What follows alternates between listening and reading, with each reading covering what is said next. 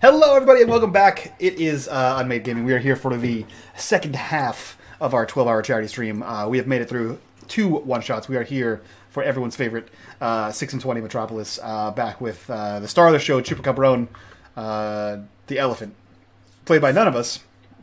That's why he's the star of the show.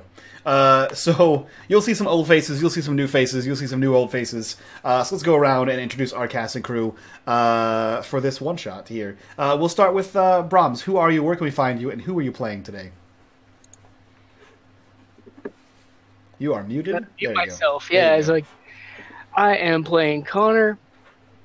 I am just a random guy on the internets. I don't really do much other than make nice Twitter tweets every once in a while regarding Six&Twenty, and also Writhing Moon generally are what the two ones I really follow are.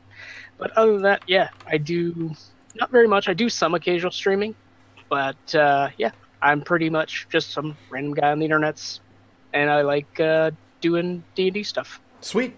Another random guy on the internet and my couch. Frags, who are you? What are you doing here? And who are you playing today? Well, I am KWFrags, and I'm around sometimes. Yeah, I am playing Benito Cucuy Cavazos, and I am the Mexican Hammer, more or less. I am the Mexican Boogeyman. And who are you playing? Me. I'm playing me. But yeah, and I somehow, last time we played, ended up with a giant mutated battle African elephant named Chupacabron. And he is my mount and my best friend. And the star of the show. And the star of the show. Cool. Mike, here for your triumphant return to the City of Mist, as your character that's also just you. Who are you? What are you doing here? And who are you playing today? I mean, except for my character's super rich too, so that's the only. That's oh right, yeah. So I'm playing Montgomery Monty Rothchester. He's just a rich old dick. That basically sums it up. He just goes around beating people up, and he has a magical weapon that comes off of a fancy old ring of his. So just like Mike, you're an old dick. Yep. Yeah. It's old and flaccid. Perfect. Also old, Johnny, who are you? What are you doing here? Where can we find you? And what are we doing today? I'm canceling it. Every time I come on here, you freaking make sure they're mentioned that I'm old. Thank you very much. I'm a little tired. I need to go take a nap. I know. Anyways, yeah, I'm Johnny. I'm the GM for the MC for Six&Twenty, which is our crazy little thing that we do 3 times a week. I'm back here for the one shot because I love Chupacabron. I've been thinking about Chupacabron for a month, so I'm looking forward to this. It's true. It's true. He keeps mentioning it. When can we get Chupacabron back? Can he be a cast member on the show? Let's recast the whole show, just Chupacabron. City of Chupacabron. Oh, man. So, before Johnny takes us away in the City of Mist, I'll remind you guys, this is a charity stream. Despite the fact that we are over our goal by a whole bunch, we still want more of your money. That's not true. We do want more of your money for charity. To help sick kids not be sick anymore, because everyone knows sick kids are gross. So if we hit $500 this stream, that puts us over $5,000 for the entire year, which is pretty fucking awesome since it's only March. So in 3 months, we will have raised $5,000. So in, what is that, 24, 36, in 36 hours, we will have raised $5,000 for sick kids. So go get your friends' wallets, kids, go get your moms and your mom's wallets, and donate to help sick kids, because you never know when you'll be a sick kid. And with that, Johnny, take us away to the City of Mist. Previously on Six&Twenty Metropolis one-shots, Mr. Gallows had invited a number of individuals that he was aware of to help him with a little bit of a situation. He and his bouncer / partner, Tamonte, needed to move Tamonte's niece to a safe location inside of the old quarter. However, there was complications as they acquired her and tried to transport her across town. What they didn't realize is that along with it being Tamante's niece, she also carried a relic with her that was incredibly important. And as the final battle to deliver her to Valhalla, a bar inside of the old quarter, occurred, the relic was actually stolen for her by a mob of clowns. I believe it was a mob of clowns. When they got her inside, her memory was gone. Galen Bell did not know who she was or what she was doing or who, her purpose. She was lost. She went to sleep. Mr. Gallows had promised to explain the situation at some point, but asked the group to leave as Tamante was returning and he was going to be incredibly upset. And so now we open up again on the Club Xanadu. The doorman, the bouncer, the partner, Tamante, is nowhere to be seen as Mr. Gallows is enjoying a drink, something that nobody typically sees him doing at the bar as each of you arrive, and he welcomes you in to have a drink. He looks around and he says, points to Montgomery. Who's this? Oh, I brought him. I asked you to make sure to bring Sal. What happened? Sal's busy. He had work. He kind of balances that whole work superhero thing, right? Yeah, that explains a lot. And takes a drink again, taking in the club and his appearance, very very down to earth, very drab in comparison to his shining brilliance while the club is open. Wearing a sweater, some loafers, slacks, his beard grayer than usual, just kind of drinking. Well, please, he motions for everybody to kind of sit down at a table next to the bar as he joins you at the table, and he kind of eyes each of you and he says, I made a mistake last time. I didn't tell you everything. And now I need to make up for my mistakes, and I need your help. Galen is not well. She doesn't remember anything and is suffering because she is so confused. Tamante is not here because he can't stand the idea of looking at all of you right now because he feels that you failed him and not me. But the truth is that I failed. And I need your help to make amends for that. Can you do that? Can you help me? Are you going to tell us the whole story this time? I'll tell you everything you need to know. Well, that's what you said last time, and then it wasn't everything we needed to know. Now well, I, as for one, could use the whole story. It's been quite a confusing idea. One whole year since I went. Yes. It's like as if I had forgotten the whole thing. Yes. So, what? Just out of curiosity, what is Montgomery drinking? Because he's a rich dick. What's his drink of choice? It's probably like a cognac, maybe. It's like a nice one. 21-year Glenlivets. Yeah. Oh, okay. And so, what are the rest of you drinking as you're kind of sitting there with him? I'm just curious. Connor's drinking scotch on the rocks. Desmond's drinking PBR.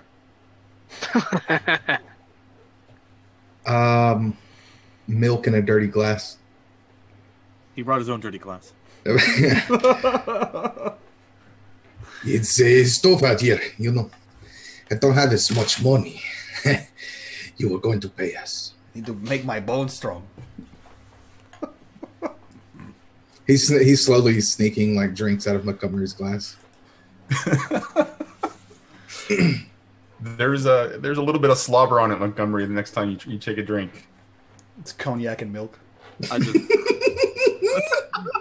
That sounds so gross. I just slide it over to Benito over there. So Mr. Gallows starts by recounting exactly what happened previously to Montgomery, talking about the job, the difficulties based on what Desmond and the crew explained to him that happened, and leading up to the point of where the situation stands now, which is Galen Bell, Tamonte's niece, is lost because she does not have her horn anymore, her trumpet. She is confused. And so he kind of looks around the table and takes it in, and now we need to recover that horn. It is literally her most prized possession, and it is her identity in a lot of ways.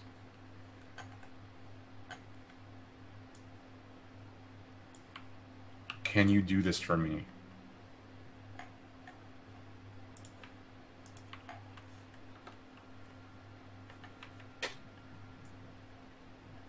I mean, getting old horn, I have an old horn for her if she needs it. This one's special. It means the world to her. Well, this one means the world to me. Then why would you give up something that's so important to you? I lent. It's not the same. Well, where's last location of this? What kind of horn? Drinking horn, sounding horn, French horn? What kind of horn? You would have known that he'd explained to you that it was a trumpet. A trumpet, okay. He probably wasn't listening. I was looking something up. I was trying to find notes from last time. And I meant like your character. Like Montgomery wasn't listening. Yeah. Yeah. Turns out he he asked for details and yet didn't listen. What a rich dick. So he looks at you and says, I'm not quite sure who stole it. Based on your description, I've got some ideas. Where I do know that it ended up, and he pulls an envelope out of his shirt pocket, or his out of from behind his sweater, and kind of lays it on the table, and he begins to open it, and you see that there are two pieces of paper in it. One is an invitation to an auction. The other is a list of items on an auction. And clearly listed, at the bottom, kind of circled in red, is the horn. This auction is tonight. Since it was stolen from her while she was under your care, I have no qualms about you stealing it back. When you look at the paper and you look at the invitation, it says 7 o'clock at a hall inside of the old quarter. And at the top, the name of the acquisitions company is Gold's Acquisitions. You have been watching that show, haven't you?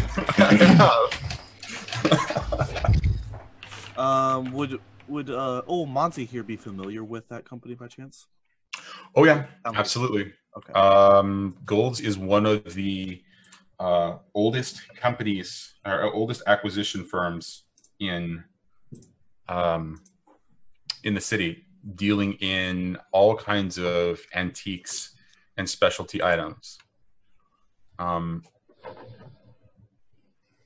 In fact, somebody has tried to, on occasion, acquire your ring by force that you've had to deal with from Gold's. So you don't have necessarily you're not on the best terms or relationship with that particular organization. They have a sister company called Gold's Bonds as well. Johnny, I should ask, has anybody tried to acquire my ring with that same company? Yes. You definitely have faced off with some interesting characters as well. Right. Though I don't think you know them by reputation as much as possibly Montgomery does, you do definitely know that they tried to acquire your relic from you. Okay. Well, how about this, gentlemen? How about we just burn down what they own and take what we want? Monty, we've had this talk before. We can't just murder and burn, or hire people to murder and burn. That's so narrow-minded. Do you remember the church job? We couldn't just burn down the church.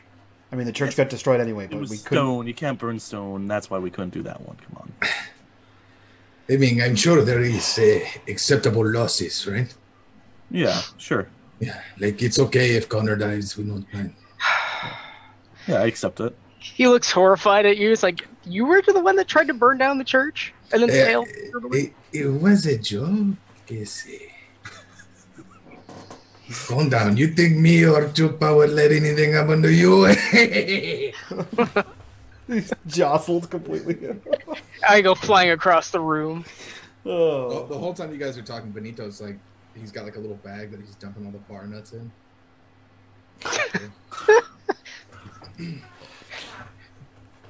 Hey, Benny. Maybe you can just ask Monty for a job. He owns a boxing ring. Hey, there you go. Hey, you know, I mean, it's not a luchador wrestling room, the but people who come to actually box don't deserve these. And he holds up his freaking lunchbox hands. Like, this is not for me. It's for Chupa. maybe you could teach him. Man, anyway. No.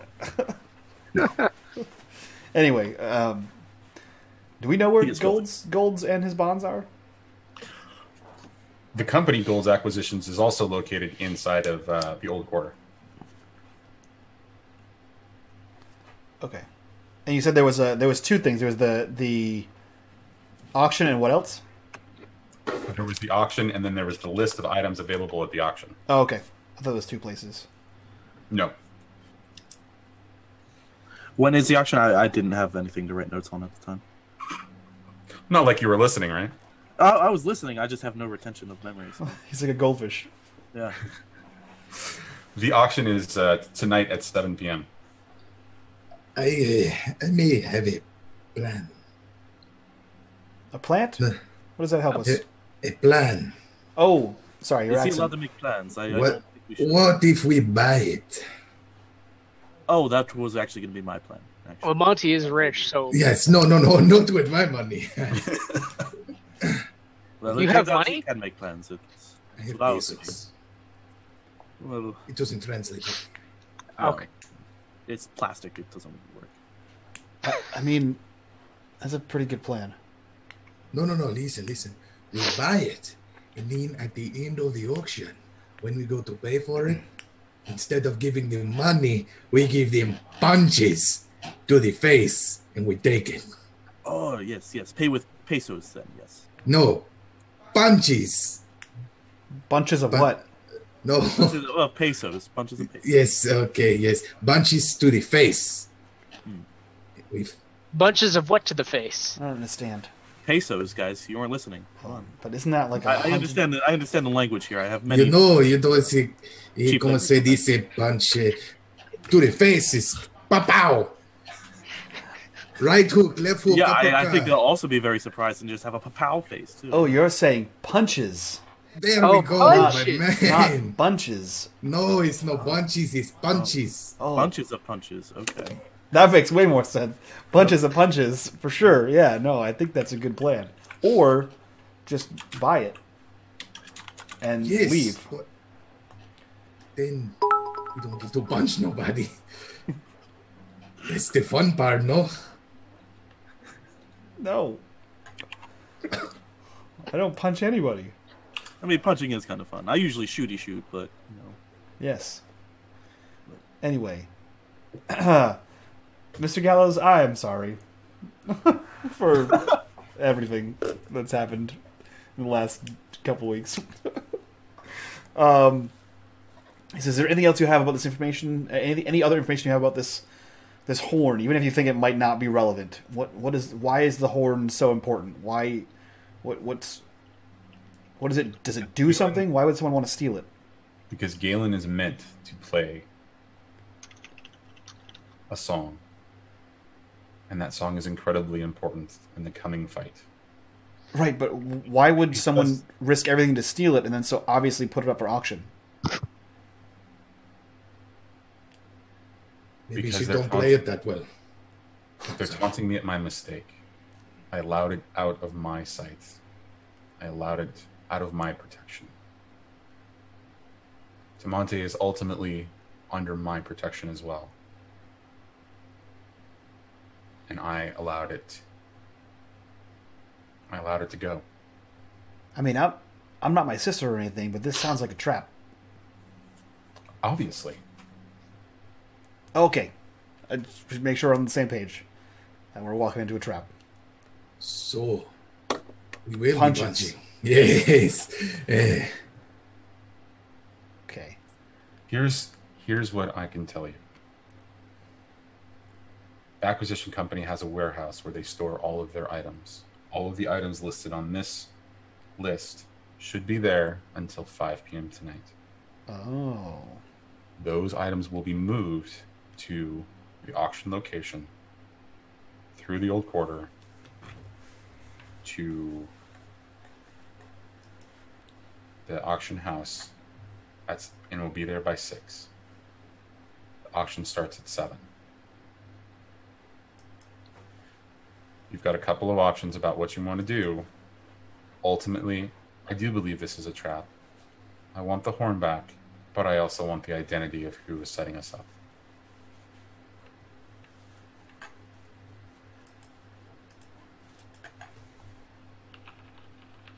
Okay.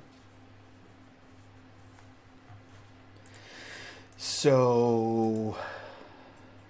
An address, maybe? Or... Yeah, did he give us the address of the warehouse and the auction? You can find that information. It's all publicly available.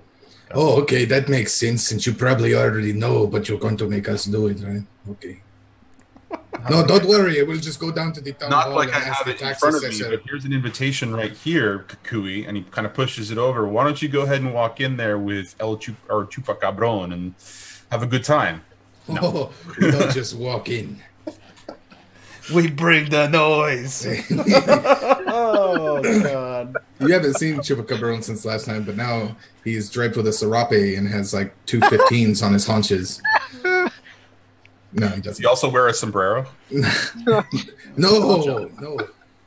He's got a serape, and I have, the Virgin Mary painted. Virgin Maria. It's a nose full of sriracha to blow out at you. Tapatio, please. So at this point, Desmond looks to Monty and he says, "So, meet at the usual place? Yeah. What's the usual place? The boxing ring. I own a gym. In the one district that I forgot the name of. That's in the old quarter. Yes. Like I said. I have people for that. Yes. Currently, it's Desmond. He says, "All right. Well, if that's all you got for us, Mr. Gallows, I think we'll go figure out the rest of it ourselves before Kukui gets punchy on everything." He's right. I Are we promised you payment. That's true. Oh, I'm having free drinks. It's fine. I'm good. No, he like covers Connor's face. He's like, don't mind him. I will take his money if he does not want it. I owe you favors. One for the last job. One for this job. Yes, favors of money. If money is what you require, that is the favor I will deliver. Yes, that is the favor I want. Money. Okay. Money. Money and a permanently larger parking spot for my elephant. Maybe somewhere to tie him off. Connor would want to find out more about his relic. If he would probably ask Mr. Gallows if he would know anybody that would be able to look into this to see if they can get an idea of where it came from, how old it is, that sort of thing. You might be able to talk to somebody at Gold's. but you might pay the price. If you want to wait, I will be happy to introduce you to somebody who can probably give you an answer without trying to steal it. I don't think I'm going to. I mean, I don't think I'm going to. I'll trust you over golds there, Oscar. I think I can wait a little bit longer. I've been waiting this long. Okay.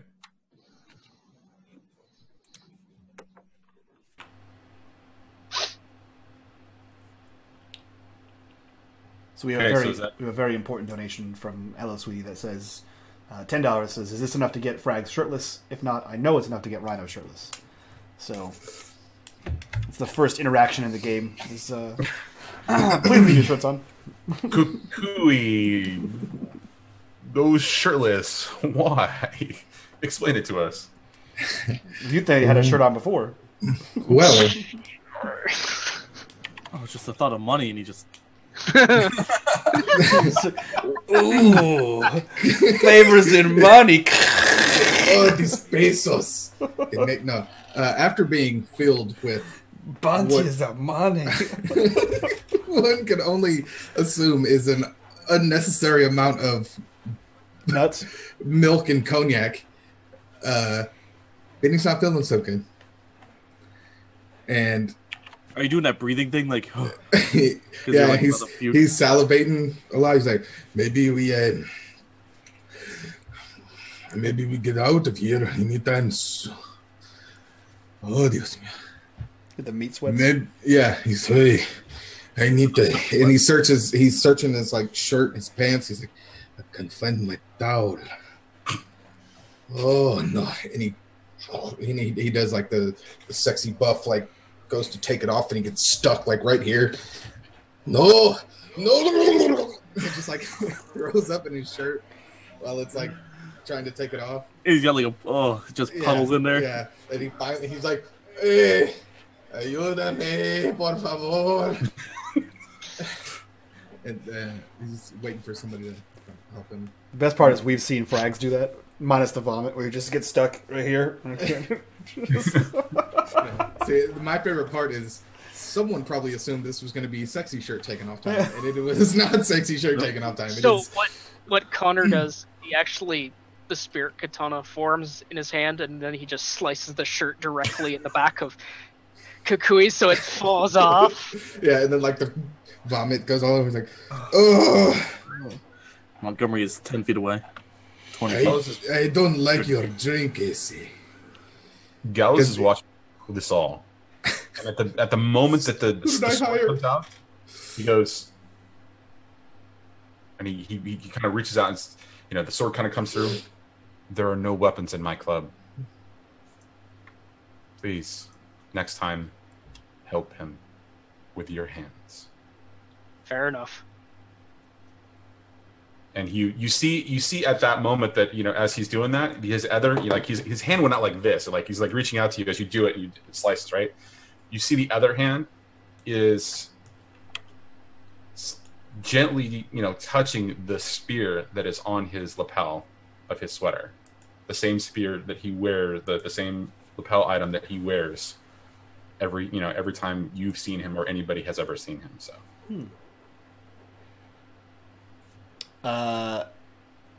Yeah, Desmond just looks back and forth between Gallows and Monty. Like, I got nothing. Benny's gonna look over at old man runs the place and you show some respect to the guy that's making money. No, he's gonna look at me like, so if I could ask for one more favor,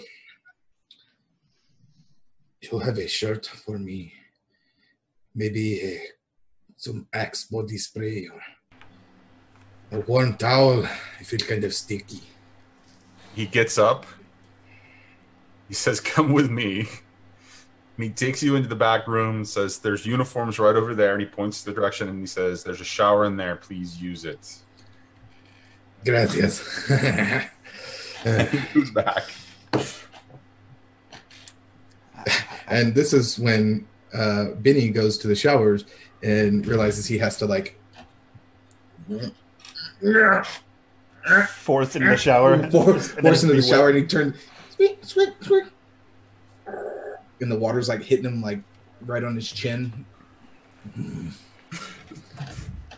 I'm actually not having a hard time imagining this. This is I think you need to pantomime that while in the background while we continue the rest of the conversation. The whole time. I'll do that.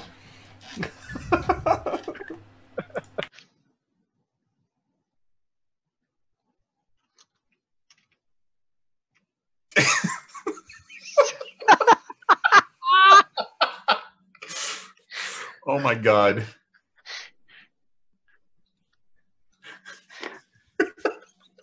All right, so Gallus kind of steps back up to the table and kind of looks at you guys, looks at the rest of you.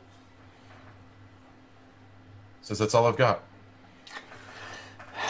When the big idiot gets out of the shower, we'll leave, and hopefully you just won't see us again until we find this damn trumpet. We'll do better next time, hopefully, Oscar. And I apologize for the weapon being drawn in the bar. It's a rule I don't parade lightly. That's fair. I mean, I don't want to go making promises there, Connor, but we'll do it just as good as we did last time. In our defense, we were told she needs to be protected, and we protected the hell out of her. Now that we know it's the trumpet that needs to be protected, we'll do the same for the trumpet. They are one and the same. Well, that was news I could have used last week.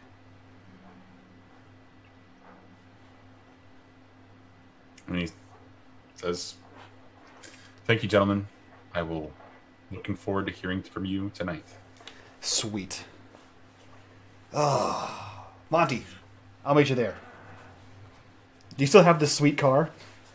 Of course. That dope-ass ride? Yeah. Actually, you know what? He doesn't. He doesn't say he'll meet you there because he remembers you have a dope-ass ride. And this would be the first time either Kukui or Connor would see him actually take transportation. And he gets inside of Monty's dope-ass ride. I'm still in the shower. I wouldn't see anything. You guys are about to You don't leave fit without in the me. car, so you find another way. Yeah, unfortunately, my skateboard is broke. It's true. Your skateboard is broken. You were to do an ollie or something with Chupacabron and it just didn't work? No, it broke on my way to the fight first time. That's right. Well, no, so you have had time to fix it at least. Had time to put it back together. But he's drinking milk in a dirty glass and eating like hoarding bar peanuts. So you see the skateboard is he just duct taped it back together in the center, so it still dips low when he's riding it. What else, Johnny, what do the uniforms look like that I'm about to put on? It's clearly not fitting very well, sort of tight, like button-up shirt, t-shirt, and then they have slacks. And I'm sure that they barely, if it fits you at all, as you're just trying to squeeze it into this. I mean, the biggest size doesn't. I mean, it just barely kind of like gets over your chest. Okay. Yeah, he comes out looking like an exploded can of biscuits, just like. What do you think? He's afraid to like pull his shoulders out because it's gonna pop. Snazzy. You look good, man. Let's see if we can make that a whole night with that shirt on. I'm not taking that bet. Please fix yourself. I'll be in the car. And he walks out to his car. Oh man, this car is so cool. I call it an automobile. I forgot that's where the car was from. Yeah, so Desmond follows you out to the car and gets in the suicide doors. Mm-hmm. Suicide doors are awesome. They are awesome. Mike, what does the car look like for everyone who doesn't know? Oh, who so didn't play a year ago? there's a movie out there, a great one called League of Extraordinary Gentlemen. I owned the automobile that Captain Nemo owns. Nemo. Nemo. Did you just call that movie great? Yeah, it's an Of excellent course. movie. Of course. And extraordinary. Yeah. Are you being serious? Alan Quartermain? Yes. Come on now. Yeah, come on. Have you guys not read the comic book? Comic book is so much better. Yeah. Equally good. Both of them. No. Yeah. No. No. The movie comic book with sound was so much better. Tom Sawyer? Are you kidding me? Okay, we're gonna move on because I don't want to have this discussion because it's gonna get brutal. I mean, he was today's Tom Sawyer. Mean ride.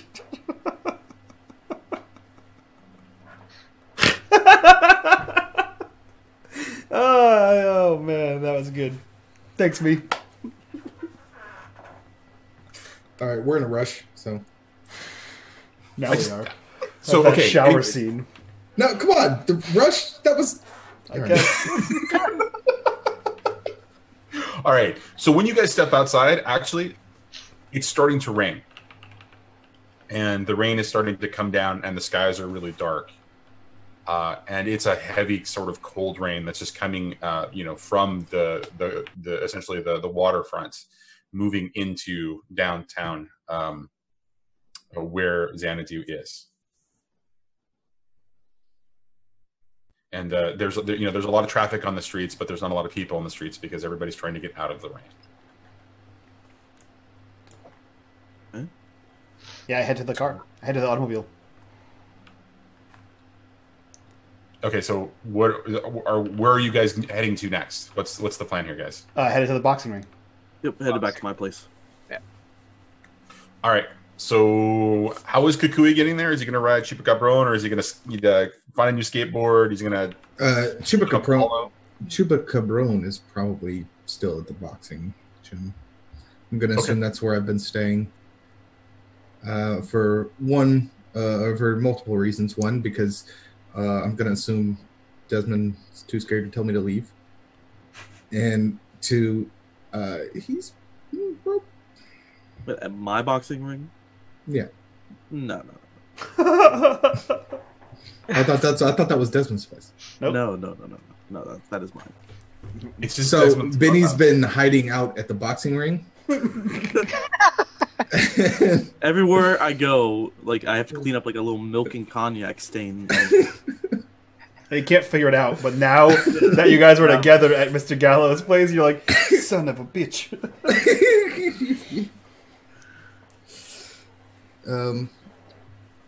Okay, so by the time you all get back to the boxing ring, essentially it was in I believe it was a strip mall, kind of a suburb, kind of a commercial district kind of thing inside of the blue collar district. Right. And you all get back there. The storm, has started. It is the rain is coming hard and fast, and so by the time you all get inside, you're drenched.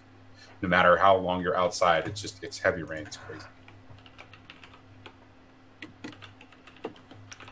So I think Desmond heads in, and he is... At first, he opens the door and walks inside, but then realizes and stops and turns around and then holds the door open, because Monty will just stand outside until someone opens it for him, because he's opening doors is beneath him. No, see, he wouldn't even wait. He would just be like right behind you. Yeah. He doesn't have to touch the door. And so then he immediately assumes that everyone knows, because this is the first time they've been back here in a while, and his last crew worked out of here. So he walks right downstairs to the basement where the command center is. Okay. Has the command center changed in the time period since the last adventure of Monty and Desmond? No. Has it been used since that last time? No. Yeah. We've been laying low. Yeah. So for Connor and Kukui, does somebody want to describe what the command center looks Yeah, like? it's a Windows 98 computer with CCTV on VHS. That's pretty much it. That's all of Desmond's doing. But down there, it's basically got like a little gentleman's lounge, a pool table, all that, a wet bar, all that kind of stuff. Yeah. So. It has all the things you don't need to do crime investigations, and then Desmond cobbled together the spare electronics that he could find in Monty's establishment and made this command center out of it.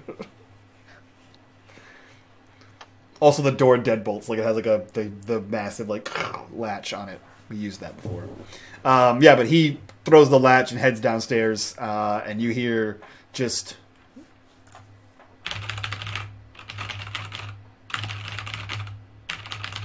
I hear an investigation roll coming. You hear investigation noises.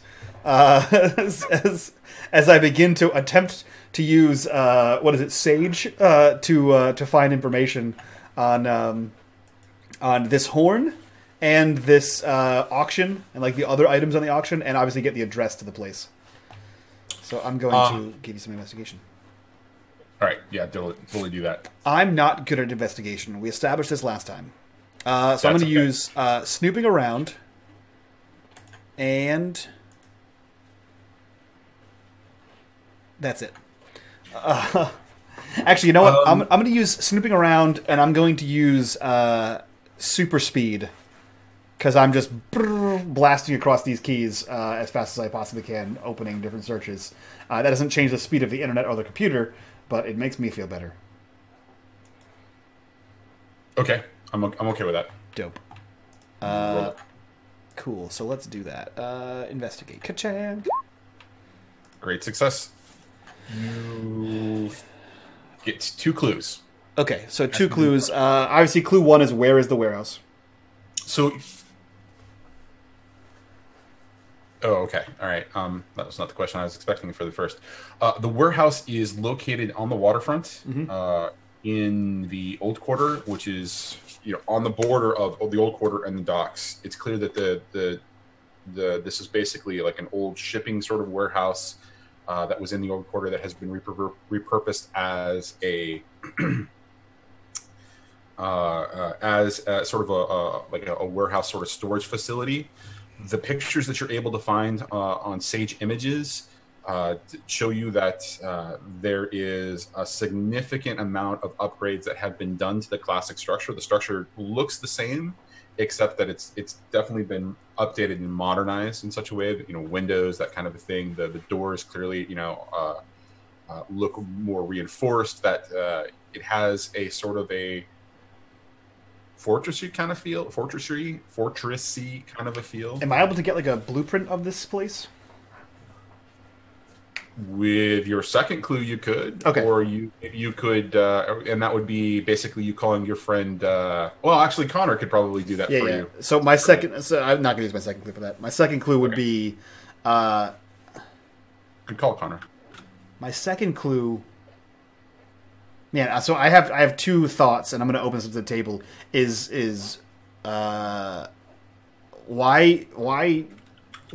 the significance of this horn, right?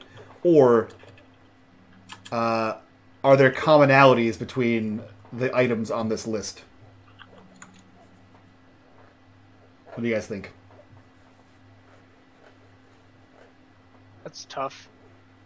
That's why I put it on you guys to answer. That's tough, yeah. Because all musical instruments? They're not all musical instruments. That would have stuck out to us as soon as Gallows said something. I think that one would have been given to us. I think commonalities is a good idea. Maybe they're all specific relics, but we don't know. Monty, thoughts, concerns, thoughts and prayers? Yes, thoughts and prayers. It was a tragedy. Hopefully we can do something so it doesn't happen next time. Perfect. Yeah, I think I'm going to do with that one. I'm going to go with that one. Thoughts and prayers. I'm going to go with, are there any commonalities between the items on this list?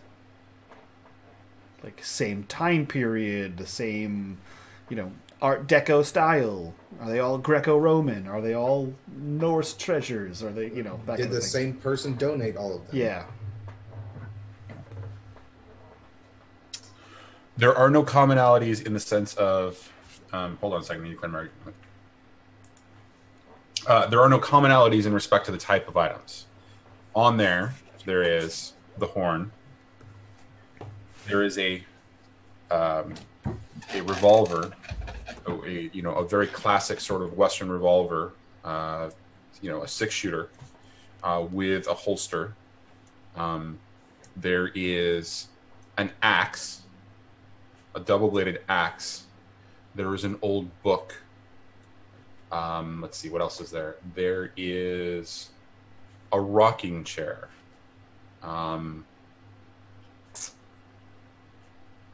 And let's see, what would be? There was one more thing I had in mind.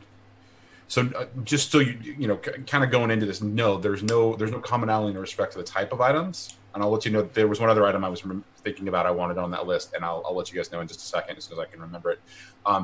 However, Kukui nailed it. They were all donated by anonymous.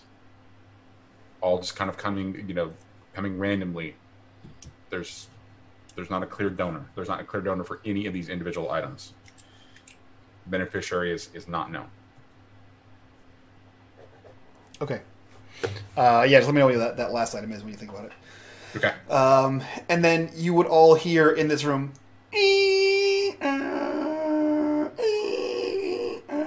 as the inkjet printer kicks to life and starts sliding across the ribbon as it begins printing out this list and an address. I thought you were launching AOL. No. It's like a dot matrix pen. Yeah.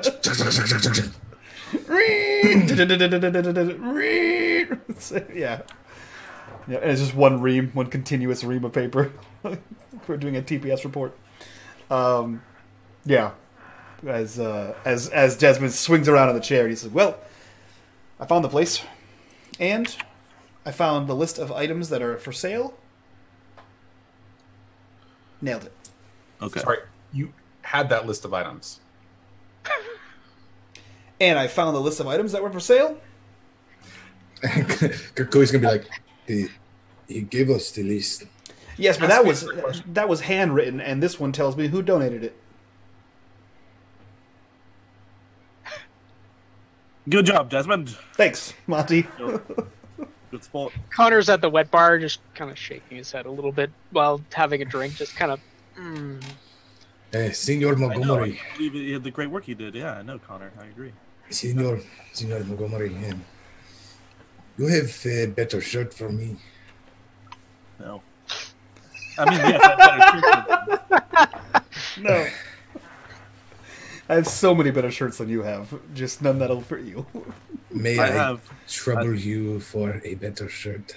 Or perhaps a large canvas I can poke my holes... I can poke holes through. He it's like a boxing mat, like floor cover he has. And so he goes and, come with me. See what we have here. You Goliath. And then he throws it over top of you, and there's like no hole, nothing. He just throws it over top of you like a little ghost. Like it's seen in the TV. Yep. Yeah, so Kukui is probably going to try to find a kitchen knife or something and just kind of cut holes in this thing.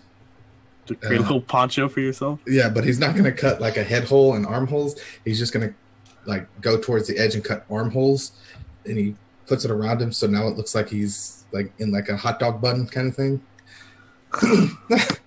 Like a vest. Yeah, it's just a big vest, but it's big enough to like a vest trench coat. Yeah. And then he finds some like strapping, and he makes like a little makeshift belt. It's a trench vest, as they say. Kukui, where do you buy your clothes anyway? I don't really buy clothes anymore. I was gonna say, he's like, buy? Connor's kind of like, buy. Yes, no. Steal your clothes. I don't steal my clothes. My abuela, she sometimes make them. Sometimes she make them. Sometimes? Okay. Yes. All right. Well, I want that back. I put holes in it. You're going to steal the clothes off a man's back? What kind of man are you? You don't know me very well. I'm a rich man. That's true. You would steal the clothes of a man's back. Yeah. So, since Sal's busy, Connor, you work for the mayor, right? I do. In fact, I was actually just thinking of, what I might do is put this on my company card, and maybe he can get you some new clothes, Benny. Because, Don't help him. Sackcloth does not suit you very well. You look great in it. I don't actually notice a difference at all. More importantly, does Town Hall have blueprints? Well, yeah, it's Town Hall. We have blueprints of pretty much the entire city. Like, if you're looking for any building, any street, you go down to environmental and development, you request one of the law clerks, they'll be able to get you those documents. Where I can do that. That's not an issue for me. How much do we have to bribe them to get them quicker? What? Bribe them? I just have to ask them. Yes, ask them with 50s. Right? Or do we have to ask them with hundreds? I mean, that's 20s? I think just like ask them. We can start by just asking them. Oh. Yeah, I mean, just ask. We don't need to give them money because wouldn't you prefer to not give them money? No, I don't know. I don't count it. Okay, just checking. Here. Tell you what, Connor, just here. Get that one. Got it. Grabs it. We need blueprints for that one. Got it. Okay, I know. Oh yeah, one of the guys we're looking at. The environmental and development department was actually looking at building in this section, not too long ago. So, this is a recent, area that I've seen. So give me a minute and I can pull that up. So I put in a call to one of the clerk's offices there. Speaking of which, I should find out what time of day is it, Johnny? Is it like nighttime? Like, no, it's early afternoon. Although okay. It doesn't seem like it's early afternoon because of how stormy it is outside and how dark. Okay, so I put in a call because they're still at work, and they're going to go ahead and email it to Desmond. Do you got an email? Yeah, I'm sure he does. He's a millennial. I'm sure he has an email. It's double D at sagemail.com. Is it spelled DOULBLE? DEEDEE. Double D. So double DD? Yeah. I was just gonna say double DD. It's okay, so Connor, you're calling up the records office to have them email something out to an address, right? Or to it's basically not a city official address. I could do I should do it to my address actually, and then I would just forward it, or do it to just my address. Because now that I was thinking about it, that would never happen in an inter-office sort of thing anyway. So. Okay. So I'm not going to have you roll that, or I'm not going to have you roll anything for that, because I think that's definitely going to come through. When you guys take a look at the information, though, somebody's got to roll and investigate for me. When you take a look at the architecture or the plans, the building plans for it. So. All right. So it comes through, and Connor will put it through to the PC through his smartphone. Okay. I don't think I've got anything that can help with an investigation roll on this. Anybody else have anything that could help with an investigation roll? Monty, you know old buildings and old shit because you're old. That's not how that works. No. Isn't it?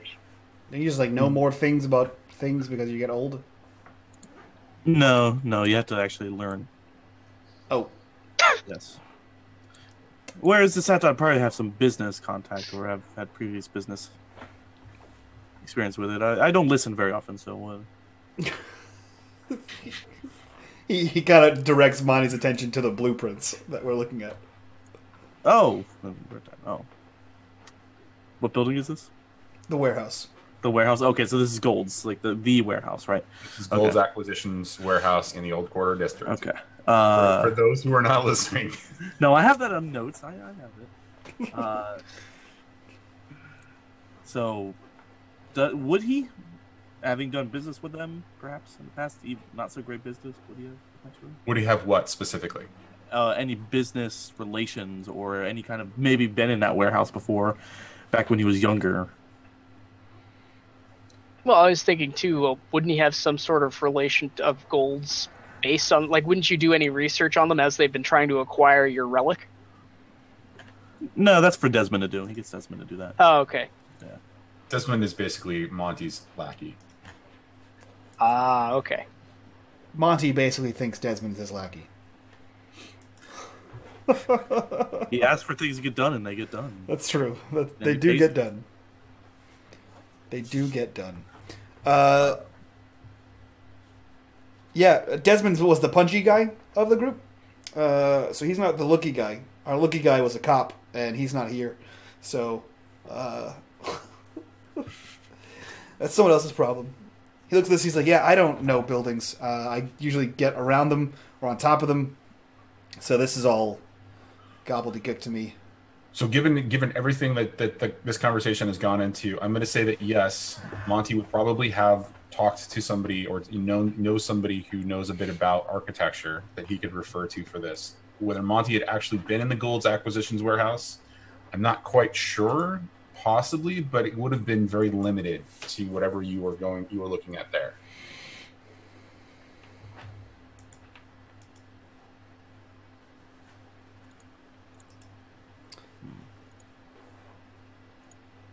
Son of a bitch.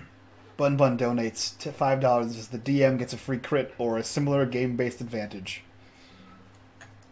So, Oh, no. I believe, Johnny, you can just decide when we nat 1 this. Oh, it won't be a nat 1. I'll just throw it as a hard move. There you go. You get a free hard move. It's all good. It's all good. Great. Thanks, Bun. You're the best. Oh man. All right. So what are you guys doing? I mean, are you gonna? Here's what I suggest. Given that conversation, I will allow you guys to make an investigate roll. We'll have Monty do it. We'll give him a story tag that we'll call contacts, and that will be a +1 to the roll. In respect to a power tag. If there's any other power tags that you guys think apply, then you just add it to it. And we'll just call that the investigation. So here's an alternative. I'm gonna roll an investigation from the sense of I have been the guy to get on top of and into buildings, right? And I would gently suggest to Monty to do something like roll a convince and see if he can persuade an ex-business partner or friend of his to also take a look at this off the books and see if he can provide any insight to it. But I'm going to look from a how do I get into this place kind of aspect. Sure. So I'm going to use parkour artist. Knowing how to vault up onto the building and where there might be, he doesn't understand structural integrity, right? Or, he doesn't really care about the interior of the building. He's looking for ways to get in. So there's there's a tiered lever here. I can get to the roof access this way. So he's going to use that and snooping around. I think those are the two things that I could possibly twist towards that. Does that make sense? Yes. Cool. I'm going to roll convince. Not convince. I meant to roll... God damn it. You're rolling an investigate. Yeah, I would roll investigate. So we'll call it the same number, but it would be a 2. Yeah. So power 2. So I get 2 clues. So clue 1 would be, what's the easiest way... no, that's not true. What's the easiest way is the front door. Thank you for specifying that. Yeah. How do I get to the roof? How do I get roof access? The best way to gain roof access is to use the exterior, what essentially is a fire escape. And based on the architecture documentation, it's one of those where you have to drop the ladder in order to get to the first level of it. It's on the second level, and the building is about 4 stories tall.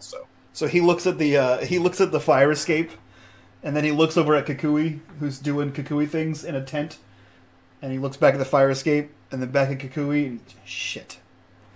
And the second question is there underground access? Yes, absolutely. Because the old quarter has a series of essentially tunnels that run under it that link to the sewer system. But those tunnels aren't the sewer system. Okay. And there's definitely a basement that could lead, could have access from those tunnels. Okay. So yeah, he brings that to everyone's attention. He calls Kukui over, and he calls... I guess everyone else is over there already. So he calls Kukui over, and he says, all right, so I see 2 things here. You get here, I can get in from the roof. And he looks over to Kukui, and he says, they have a thing called the fastball special in Mexico? Hey, maybe, I don't know, we may call it something different. Yeah, it's where you pick me up and throw me as hard as you can up in the air or in a direction. Oh, see, it's called jumping beam. Of course it is. Or there's this entrance here, and he points to something that I think Monty would be slightly more familiar with. It says, these are the tunnels underneath the old quarter. There's an entrance here. Oh, they smell. We could do a 2-pronged attack. Or we could do a 3-pronged attack and have roof access, underground access, and then one of the two of you, he points to Monty and Connor, it says, you go about selling your ring. And you walk right in the front door. The more prongs, the better. Well, they already know about my ring, so it might be too on the nose if I try to. Are you up for it? Looks like Connor. Yeah, I guess we could try that. But I'm not too keen on them, like, getting a hold of my ring. You don't have to sell it. You just get in there like you're gonna sell it. Yeah, but that may require me to take it off, and that's a bit of a problem for me, and... Well, then we go back to a 2-pronged attack. 2-prong. Yeah, I mean, we have butter. If you need to try to take a ring off, you get this stuff. That's not what I mean. Yeah, it's no problem. I've Come here, I will pull it off. I will pull it off. I don't want to be missing a hand. Thanks, though. Yeah, I've Appreciate seen him it. eat chicken wings. Those lips can do some damage. If you're going to use your mouth to take off the ring. I was not going to use my mouth. I don't know where your mind is going. Sorry, no fantasy. So let's go with a 2-pronged attack. I'll take the sewer since Monty doesn't like the idea of that. Well, isn't the 2-prong attack? It's going to be Desmond. I think I'm the only one that can get to the roof. Yeah. Can't you carry Monty? To the roof? After Kukui throws me in the air? Why not? Isn't he strong enough to throw both of you? Can't you just use the fire escape? It's on the 2nd floor. Okay. He has to throw me to the fire escape. No, I can get the fire escape thing down. I have you know what I can do. The ring. Does it extend, Johnny? I thought you said it stopped at the 2nd floor. It stopped at the 2nd floor. There's a ladder. Oh, the ladder kicks down. Oh, okay. Yeah. Right. It's like your normal sort of like, side of a building. I could create like any weapon with my ring. So it'd be like a whip or something like that. Or he can just throw me and I'll kick it down to you guys. Indiana Jones? Yeah, or he'll just throw me and I'll kick it down to you guys. And one person come up to it with me. Yeah, that works. So Monty and I will take the roof approach, and there's no way that Kukui can walk through that tiny door on the roof. I will stay outside with Chupacabro, and then when you give me the signal, I can, charge in, bust down the wall, create a bit of havoc. What's the signal? When I hear this sound, I will know the party has started. Connor, that's on you. Great. You might have to throw an Ariba in there. No, Arriba. I get this sound. One sound is already. Oh, okay. I will probably be screaming Arriba, but it's not on you for talking this way. It is fine. Don't appropriate. Oh no. So I think that's a plan. We're going with a roof access, basement access, and a giant elephant outside the warehouse, Johnny. Okay, so when are you going? Before 5 o'clock. What time is it now? Like afternoon, right? So like mid-afternoon? Well, it was 1:30 when Connor made his call to get the information. So you guys have a couple hours to prepare if that's what you'd like to do. And is there anything that you'd like to prepare for? I mean, Desmond and Sal didn't really ever prepare, and Desmond, Sal, and Monty prepared even less for things. So I think he's probably fine with the lack of plan they have right now. This is the most preparation ever. So. Yeah. So unless someone else stops us and is like, this is a bad plan, we're just going to go with it. Some stranger that's been there the whole time. Yeah. All right. So do you want to do anything when you get to the building at that time? I mean, what time are you going? What's, talk to me a little bit more about the approach to this.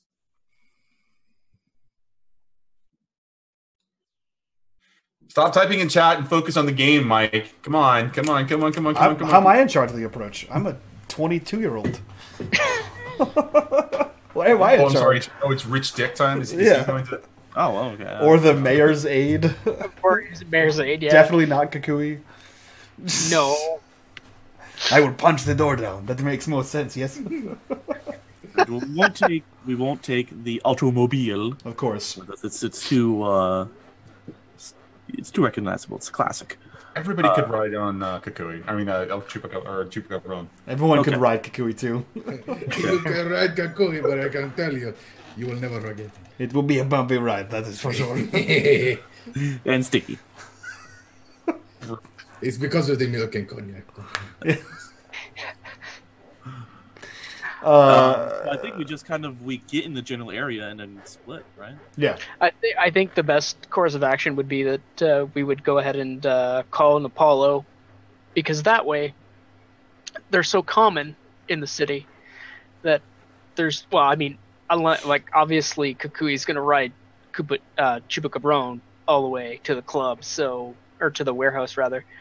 So, but everybody else, other than Desmond, me and Monty could always take an Apollo, but I sense that may be beneath Monty.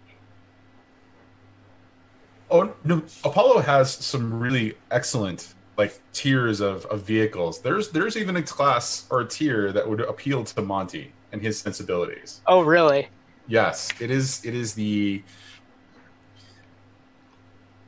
I came up with tiers at one point, and I can't remember what they are, but there is a class that is basically going to satisfy Monty's, desire to be, that sort of rich, kind of guy who needs a car. Yeah. Okay. It's like the Nephilim level. So I suggest that's what Monty and I do, is take an Apollo there, because obviously Desmond and Kukui can get there on their own respectively. We need to take some sort of transportation, and I think an Apollo is going to be the most inconspicuous manner. Yeah, cool. So we'll do that. We'll split in that direction. And unless there's a roll for it, Johnny, I'll say that Kukui tosses Desmond up there to kick the fire escape down. That way, it's already down by the time Monty gets there in the car. Okay, so I want you to describe to me that the Kukui and Desmond approaching and doing that. I need some description out of this. Benny, you go ahead. Describe the fastball special. The jumping bean. Okay, so how close do you want the approach? Do you want me to be right up underneath it?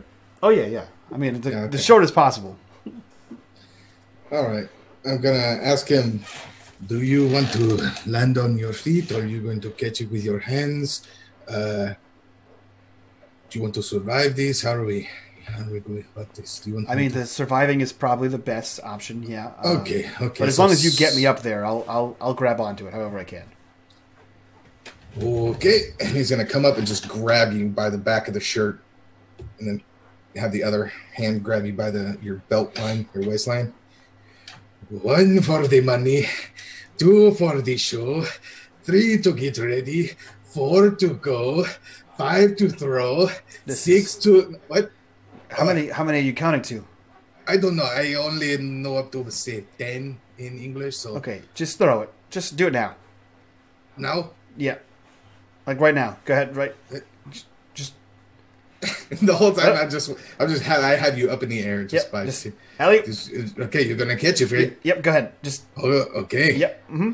And 1, 2, 3. Woo. And he throws you, and you probably sail a good 50 yards past where you were trying to land up into the air. So you're gonna have to catch it on the way down. So you know what, Johnny? I'm gonna give you a roll for this. I'm gonna roll. This is fucking beautiful. I'm gonna roll. Take a risk, because this is risky and stupid.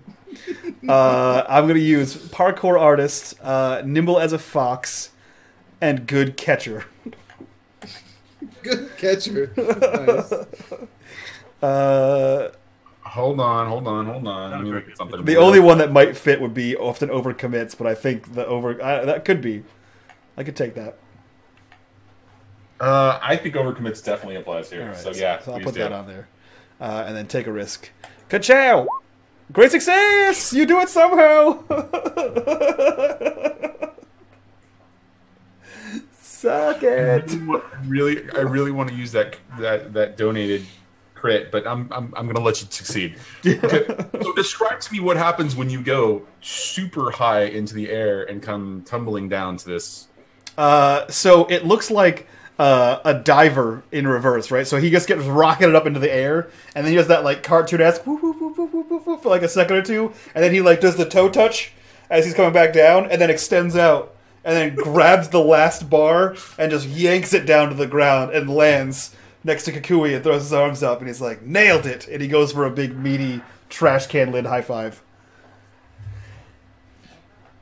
Kukui's gonna pat you on your head. It's like It was close, but you know what? He's gonna grab you by the back of the shirt again. You have to sing this song.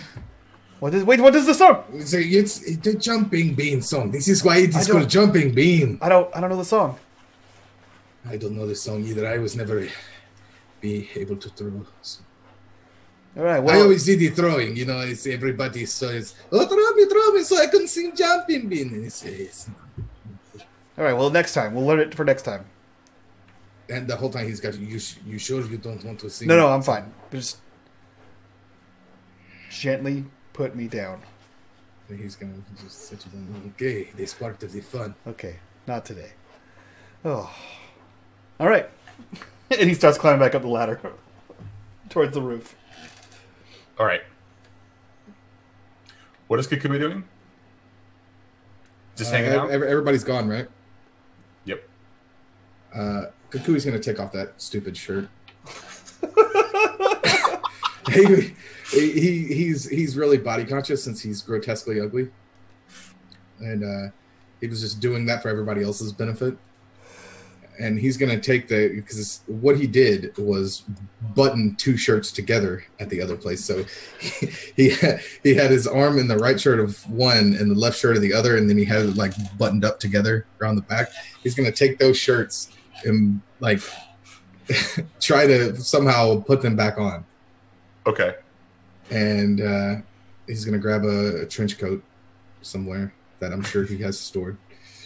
He's just gonna pull it out of his Kukui magic bud. Yeah, it's in his El Chupacabro and saddlebags. Oh yeah, that's right. Yeah, that's what I was about to say because that's where I was headed out to. So when I go out to the Chupacabro, I'm gonna open one of his saddlebags and I'm gonna pull out my wraps and my trench coat and my wraps. So because he wraps his head and face and hands up like a mummy, so people can't see how gross looking he is. Especially when he knows he's about to do something that's probably not the most legal. Okay. Yeah. So we're gonna cut to Connor and Monty. What are you guys doing? Monty's looking for the mini bar in this vehicle, and there probably isn't one. Oh, there's definitely a mini bar. Oh, because there is one. Because remember, it is a classic. It is a classy kind of a thing. There is a mini bar. It is stocked with some of the finest alcohol. Good. He makes himself a nice gin and tonic. Oh, Connor's totally drinking whatever scotch or whiskey is. I need it to be top shelf, like whiskey or scotch. So. Yep. Oh yeah. And you say that if you ever say that to Monty, you're like, "Yeah, I pulled off the top shelf for you."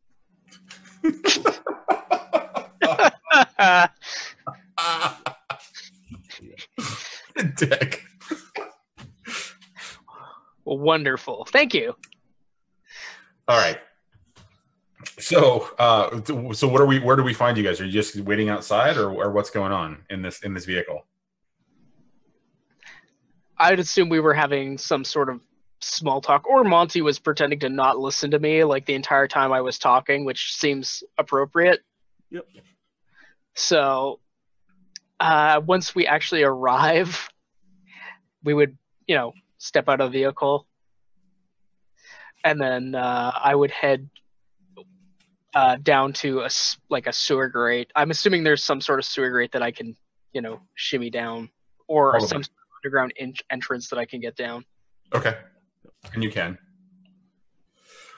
And so when you get down there, there is, you come down to the sewers, but based on the research that based on the plans that you got and the research that you and Desmond did, you find the right path that kind of leads you into the tunnels. And from the concrete sort of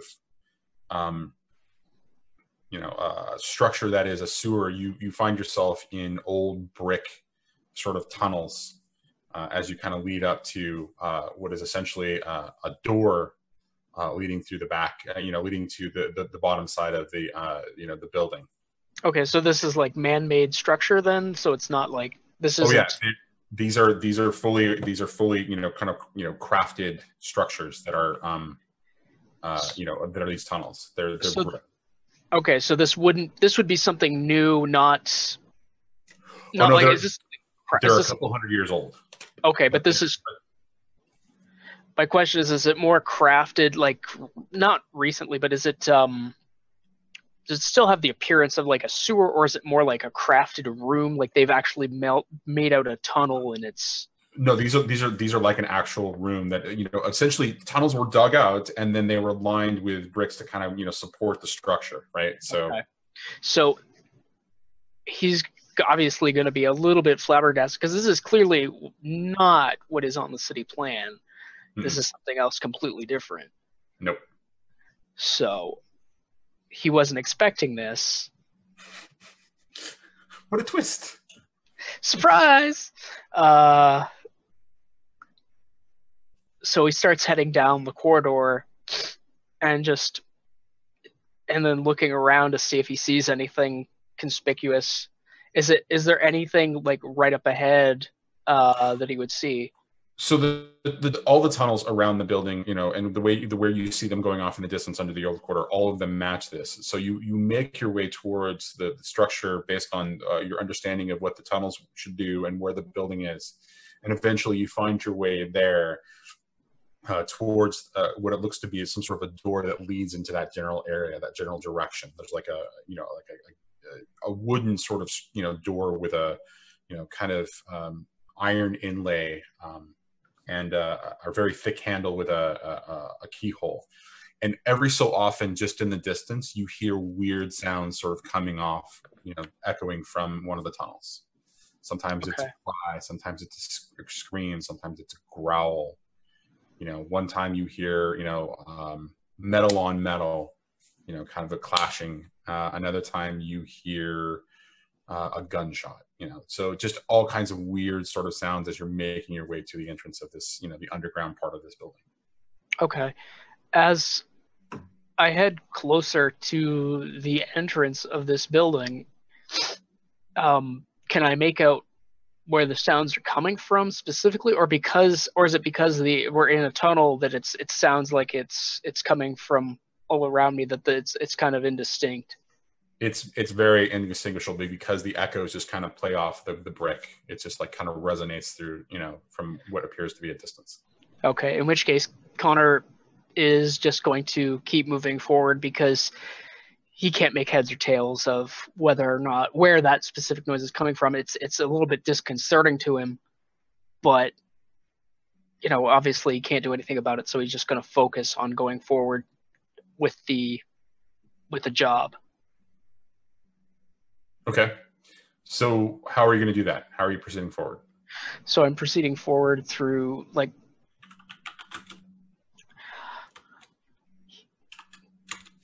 he ends up going forward through the tunnel, and then he sees the door to the upper area, or to the warehouse. Mm-hmm. And he doesn't make a move forward. Like he goes up to it and then he listens.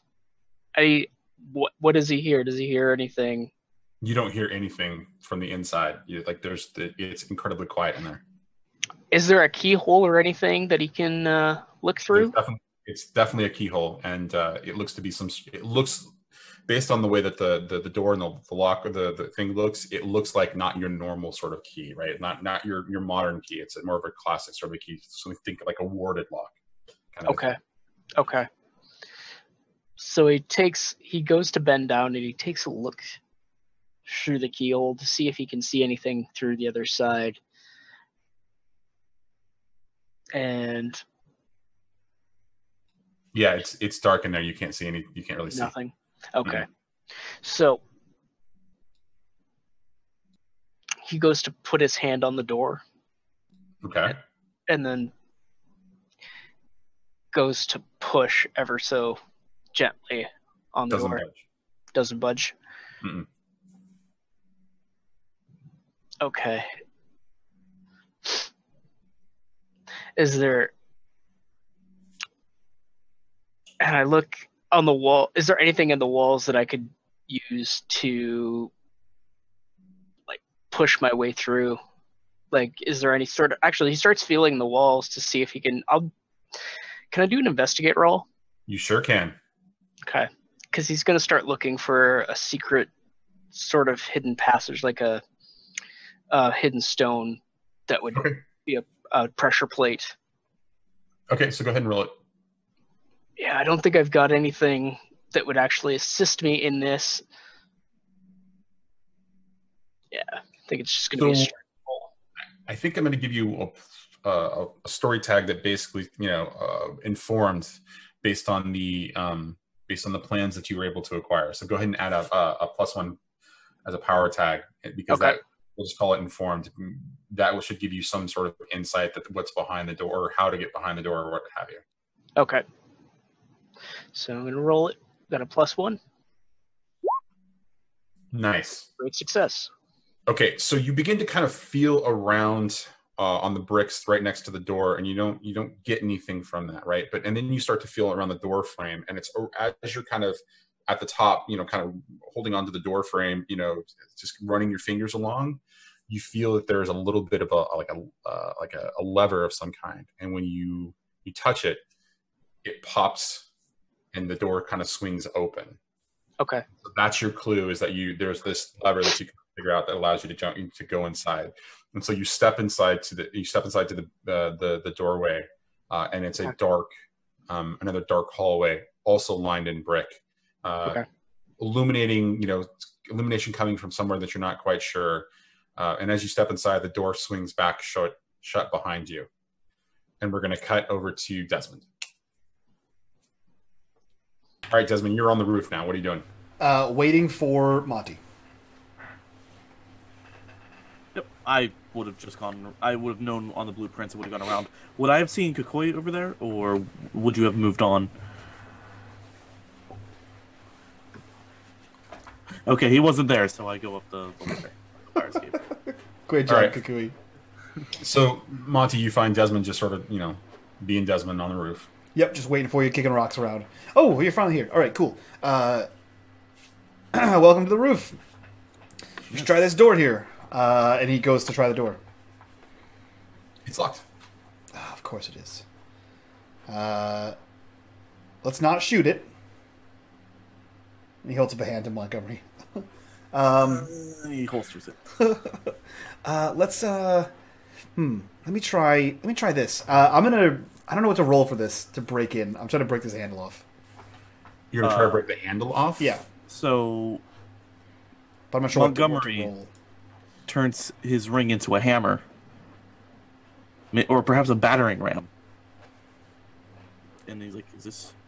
I was trying to be as quiet as possible. Okay. He turns it into a crowbar. Or a Better. How about this? All right. You're warmer. So I think this is a change the game. Okay. Roll. Okay, that would be me. All right. That would be you. And what power tags do you... I don't know how to do anything. I'm sorry. I thought that was going to pull up a window like... not That's the other one that will just... Nope. So on the character sheet, you see where it has your power tags, and they say different things. You click on the roll button. Oh, I see. You click on roll, and then make sure there's nothing that's checked on burn or weakness. Yeah. So it's indestructible. Okay. He's ruthless. Okay. He's tough Roll as it again. nails. Okay. And that's about it, I think. All right. So just roll it again with those 3 tower tags enabled. All right, what about he has sore joints? Do I want to play weaknesses? I forget how to play this game. I'll be honest. Yeah. Go ahead and click that. I think that's a great weakness. He has sore joints. He's an old man. All right. It's true. He is elderly. All right. Change the game. Here we go. Even worse. I'm inclined to give you the previous roll and just add the 2 power tags, just so you get a mild success. No, you shouldn't. Nope. You should. It's a one shot. Yep. All right, fine. So you're kind of jiggling it, right? Wait. Because it's Monty and that's not his thing. He's like, would the crowbar be better? And I'm like, yeah, totally. And he holds the crowbar and just bashes the door handle like the hammer. That's what the thing is. Oh. He still just kicks the door anyway. He doesn't even use the crowbar. Okay. No. Well, so you're bashing it, right? Or you're kicking it, and you're incredibly frustrated, and that's when the door handle begins to turn, and it kind of opens up, and you see 2 guards kind of stepping out, looking at you, going, "How the hell did you get up here?" Where are we? Sorry, and he's like, where are we? He's just sounding like he's very confused, perhaps, and old. How the hell did you get on the roof? I can't hear Mike. I can't hear Mike either. He's prone to just wandering. It's my grandfather. He's prone to wander, and I found him climbing up the ladder, and I came up here. All of a sudden, he was bashing the door in. I think he's lost. Where are we? What is this place? I used to own this fucking building. Don't tell me, you worthless little shit. See? This building belongs to Mr. This building belongs to Gold Acquisitions. It's been in the Gold Acquisitions, We're forgetting my name. My name is Gold Acquisition. There we go again. All right, which one of you wants to roll a convince? Grandpa, none of that's true. I don't. I think Mike can roll the convince. Yeah. So I'm irresistible. I'm glamorous. Are you though? You sound senile and yes, right but now. I look great. Oh, okay. I'm sorry. I didn't realize you looked right. Yeah. Go for it. That's the only 2 I have. So that's a convince. Great success. Fucking A. Oh, shit. He kind of the first guard kind of looks at you. Well, he looks over at Desmond. He does this often, you said? Yeah, he just seems to wander off. I tried to catch up with him. By the time I got here, he was already halfway up the ladder. It was easier to just let him climb up than it was to drag him back down. In fact, can you guys help me get him down? Yeah, my grandmother is the same way. The guard says, and it's like, "Hey, Charlie, we're gonna escort him out to the front, the front door, and we're gonna get him out of here. Don't tell anybody. Don't tell the boss." And Charlie's like, "But," he's like,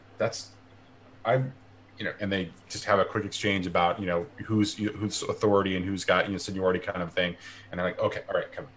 And so you enter into the building from this doorway that's sort of on the roof, and they take you down a stairway, and the stairway kind of leads you down to the bottom floor of the warehouse. So before they do that, they're gonna walk him in, right? So I'm gonna hold the door open to this place, and I'm gonna say, "Hey, I'm gonna go back down the fire escape. I'm gonna make sure he didn't drop anything. Sometimes he just takes off pieces of clothes, and sometimes he just takes things and leaves them places, and then he goes mad looking for them. I'm gonna go back the way we came and see if there's anything that way. Is that okay?" Hey, Charlie, why don't you escort him back that direction? All right. And you hear down the stairway, "Have you seen how big my dick is?" Funny story, my grandfather actually did that once. In his later years. And you had to share it with us. Thank you Yes. very much. Was it a funny story? That one, when he, yeah. Yeah. All right. Funny story. Have you seen how big my dick is? Was it a funny story? Yeah. So he'll close the door, and the moment the door closes, I'm going to attack the shit out of this guy. Okay. Do I hear? Are you quiet about it, or do I? I wait until like we get towards the. Because I was gonna attack the shit out of my guy too. In fact, I might wait till we get to the bottom of the stairs, the bottom of the ladder, because that's where the guy's escorting me right down the ladder. Yep. All right. So who wants to go first in this particular action sequence? We'll let Desmond go first. Yeah, okay. I'll do that. All right. So Desmond, he just kind of follows you. 5 feet behind, kind of being very weary of the situation. But he escorts you down, and as you get to I guess you're getting to the bottom to the ladder. He's like, "I think you're good to go from here." Is he on the ladder? Where is he? No, he's like as you're stepping towards the ladder, he's behind you. He's like, "I think you're good to go here," and he begins to turn. Yeah, where is Kukui? Where is Kukui and El Chupacabron? We are it's kind of in an alley-ish. The same alley where you did the jumping bean? More or less close to it. I'm probably not still underneath the stairs, but I'm just kind of parked there, just kind of laying down on his back, waiting to hear the call. Yeah, okay. He hasn't heard Connor go off yet. So. That's true. Yeah, so I'm going to... how do I want to not kill this guy? I mean, if you make a lot of noise and stuff like that, I'll probably see you. Because I'm still below you in that same alley, just like not directly underneath the ladder thing. Yeah, closer to the street. I was going to suggest technically he wouldn't know who's making the call. If you want to make the call, well, the call was to charge in. Yeah, the call was to bust some shit up. So I'm going to. All right, Johnny. I'm not sure if this is hit it with all you got or take a risk, but I'm going to. Shove this guy off the roof, and at the same time go Kaka to see if I can get Kukui to catch this guy off the roof, so he doesn't die and splatter 4 stories down. It would only be a story because you're essentially, again, he escorted you down the fire escape. Oh, the ladder. Okay, then in that case, I'm far less concerned with that. I didn't want to push him off the thing. I'm just going to beat his ass then. I'm going to beat him up then. I was going to shove him off the roof. I mean, that was the easiest way to get him down. Okay, cool. And then in that case, I am going to use hit him with all you got. I'm going to turn Tsubaki into a sap. Okay. And I'm going to use transform into any weapon. Super speed and brawl to smack this guy down and hit him with all I got. Kapow! Great success. That would be a great success. Yeah, so I'm just going to give him a tier 3. So you inflict a tier 3. If that's not enough to take him down, I'm just going to dump those other power points into making that a higher tier to knock his ass unconscious. I don't want to. This guy seems like a regular security guard. I just want to. He's like, oh yeah, no, thank you very much, man. I appreciate that, and then whack him on the side of the head until he passes the hell out. Yeah, it's good. You're gonna have to extend it to a tier 4, but yeah, he'll drop. Yeah, I can go up to tier 6, so I'm just gonna crush him in the head and knock him out for longer. Yeah, cool. So I knock him out and I back up the top of this thing, and open the door if I can. Is it still locked? No, I'm not. Not to make it. I'm not gonna lock it again. So the door is open. All right. So we're gonna cut to Monty as the guards. Hey, I understand. Walking you down onto the third. The third. Sort of landing. Third story landing as he continues to walk down the stairs. Grandma, there's this way. Let me just get you out of here and. We'll get you all. I appreciate it. Yeah, this all looks very familiar. Oh yeah, I remember owning this building. And... Is your grandmother single? Yeah, how was Grandma ask for his last name? You kind of. Thanks for asking. She's not doing so well. She's in a home in the blue collar district, and she's suffering pretty badly. And yeah, I clock him. I turn my ring into a golden or iron Hulk hand, and I just beat the fuck out of his face. Wow, what did this guy ever do to you? The Hulk hand got me. So it could transform into any weapon. It's inconspicuous. I just picture the big green Hulk hands. Smash! I mean, Oh man, so I'm a good shot. Can that apply to punching? It's like I just knocked my guy out. Why does dude's head look like mashed potatoes? Yeah, you sure can. All right, tough as nails. Do I have to put ruthless? Because I might actually because to me sounds like I might overdo it, even though it's a power tag. So hold on a second. Ruthless, sure. I don't know how many tags I can put on this, so I don't want to. You can put as many tags as you want. Okay. So good seems shot. Hold on, there seems like there's a weak tag that might apply to this as well. Let me look. Check and look. Weapon jams, sword joints again. Montgomery. So I kind of changed up my third. Tell allies from foes. Okay. Okay. All right. Okay. Either that or you're not conspicuous in weapon form because there's only you and this guy. So yeah, that works. So is this give it all you got? Hit him with all you got? Sure. All right. 16. So what does it look like when you smash this guy's face in? He's got a fist print in his face and a broken jaw. And he's just slumped down. He just immediate into like he just got doom fisted in Overwatch. He's slammed into the wall, knocked out, face is caved in a little bit, like broken jaw, dislocated jaw, and he's just slumped down onto the landing. You're a dick. This guy's like really badly hurt, and he kind of passes out from that hit because there's just no way that he could not recover from this, or not be active in this situation. And so as this guy's kind of slumped to the ground, Desmond just kind of walks up behind you. How's Charlie? Much better than this guy. He's fine. Break his whole face? Oh, here. And he pulls out like an aspirin because he's got like his whole pill box and gives him a little painkiller. He just puts the aspirin into the mouth. It will work eventually. Yeah. Okay. Photosynthesis. That's not applicable here. He's not a smart man. Is that at least quiet? Yeah.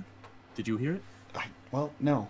I also wasn't listening. I wasn't expecting you exactly. And they weren't listening or expecting a punch either. Is that a Hulk hand? And he like shakes it off and it turns back to his ring.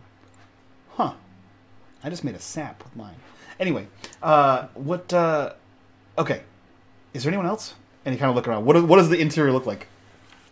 You're in a stairwell. So they were leading you down to the first, or they were leading Montgomery down to the first floor in the stairwell, and there's a door on each landing, and you're on the third floor. Okay, so that's the.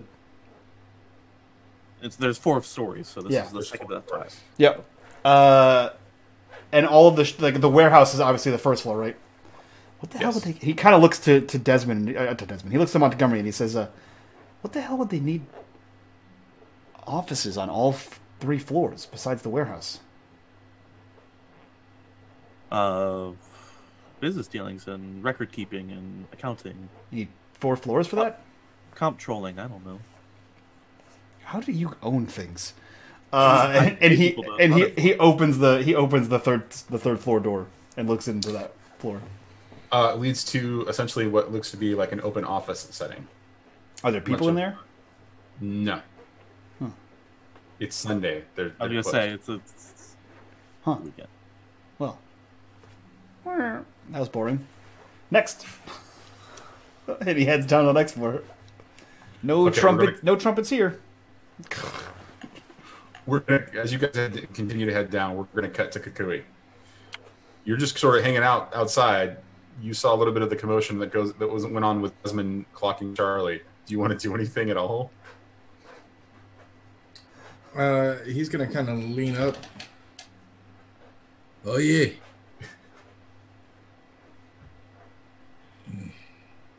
As long as the guy's not moving, we're not gonna do anything. Guy's not moving. So I have a quick question for you guys. What time did you decide that you finally wanted to execute this? You said it was like 1:00, so we went shortly after that. Okay. So like 2:30. So 2 or 2:30. All right. So in the time frame that it's taken you guys to do all of this, it's gotten to about 3:00. Kukui, storm is getting much worse. The rain is really beginning to come down. It's kind of soaking you in Chupacabron. One of the things that you do notice, though, through the rain, even though it's coming down heavy, is there are a couple of vehicles that are starting to arrive. Every 5 minutes there's like, a transport vehicle, and then it looks like to be like an SUV. And over the course of the next half hour, like 3 of them show up. 3 of these vehicles show up with 3 SUVs, kind of 3 trucks and then 3 SUVs. And so we're going to cut to Connor, who is in the basement. So as I'm in the basement, what's the lighting in this area, Johnny? It's weird, sort of on, that you can't tell where it's coming from. It's sort of like, there's like a subtle ambiance to it, like a glow that you can't quite figure out. But underground here, it's just a hallway. There's a couple of doors, and there's a stairway leading up in front of you. Okay, how are the shadows in this room? Like, I'm assuming is it a short distance? It's a distance of about 50 feet, and there's about 3 doors between you and that 50 feet. That stairwell that's leading up. Okay.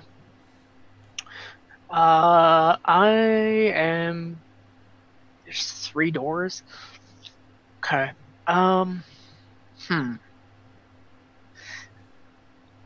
Maybe I'm gonna take a look into one of those 3 doors and see what's in one of those 3 doors. Which one do you open first? Well, you said there's 3. Which side are each one located on? Is there one on the left side and 2 on the right, or how's No, that? they're all on the same side. They're all on the left side. On the left side. So I'll open the first door on the left side. Okay, when you do, it appears to be some sort of a packing room, where there's a lot of packing material, and there is some, essentially crates and some, road cases, and it looks to be halfway like a storage room for this type of material. But there's definitely a table in the middle where they just kind of organize, where they organize and kind of pack things for transport. Okay. Now, does it look as things are getting auctioned and things have, arrived, I'm assuming via transport, can I investigate to see if I notice anything, if the horn may have been placed in that room, or is in that room, in fact, as it may have been transported? You sure can do an investigation if you'd like to. All right. I'll give that a shot. Okay. Now, would I get a story tag in that relation that we knew that the horn was here to aid me in that, or just Nope. a straight roll? Okay. It's a straight roll because the circumstances are that you're inside of the building that you think the horn is in now. Okay, fair So enough. that's about as good as it gets in respect to how the story tag would apply. All right. Mild success. Okay. So ask me. I'm going to give you one clue because you succeeded, even though you didn't use any power tags. Okay. So, ask me a question. I'm trying to think if there's anything. Is there any? Does it look like the horn has been here, or if there's any sort of remnant that might indicate that it is in this particular area? So just to be clear, you're asking if there's any evidence that if the horn has been in this room. This room specifically. Yeah, there's no evidence whatsoever. You don't see, in fact, you don't see any items at all. You see, all you see is the packing material itself. And as you're kind of like flipping through and you open up the road cases just to kind of see if there's anything inside of the road cases. They also appear to be, they have foam in them that allows you to configure them for different shapes, but none of them appear to be in the shape of a horn. Okay. Okay, so as nothing's yielded from that particular room, Connor's going to head back out into the hallway. He's going to listen at the door to hear if he hears anything in the second door. Nope, you don't. Nothing. and he's going to open up that door, and inside you find a series of essentially locked cases, glass cases, that appear to be various types of jewelry and medallions and other pieces of like gold work, like goblets, plates, statues, that kind of a thing. How do you want to proceed? Is it only jewelry? No, there's statues, there's plates, there's cups, there's there's goblets, there's Okay. made of various different materials, most of them being gold. Okay. I guess I'll do another investigate because I want to see if there's maybe the porn's hidden in amongst everything. Okay.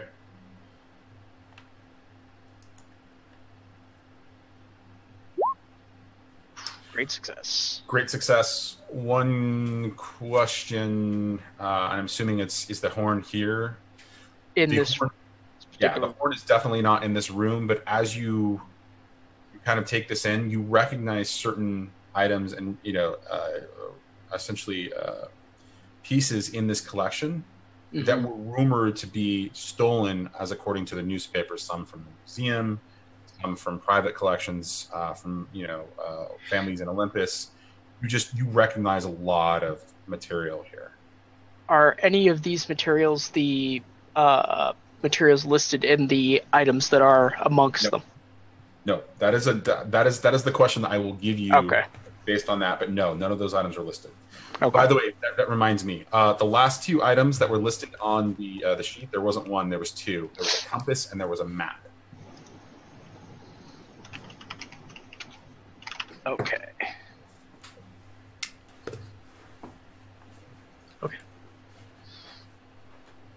All right. So okay. So he doesn't see anything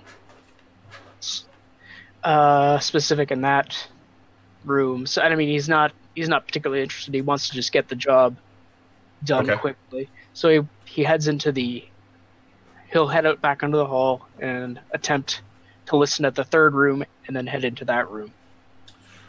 Nothing going on in there, or so nothing. You don't hear anything at the door, and when you open it, there is one big vault, or not vault. It's like a safe, but it's like this huge sort of safe kind of a thing, and it just it takes up the latter half, the other half at the side of the room, and it's just gigantic, and it's got this big sort of combination lock on it, and a huge lever to kind of open it up. Okay, so it's a combination lock then? Okay. Yeah.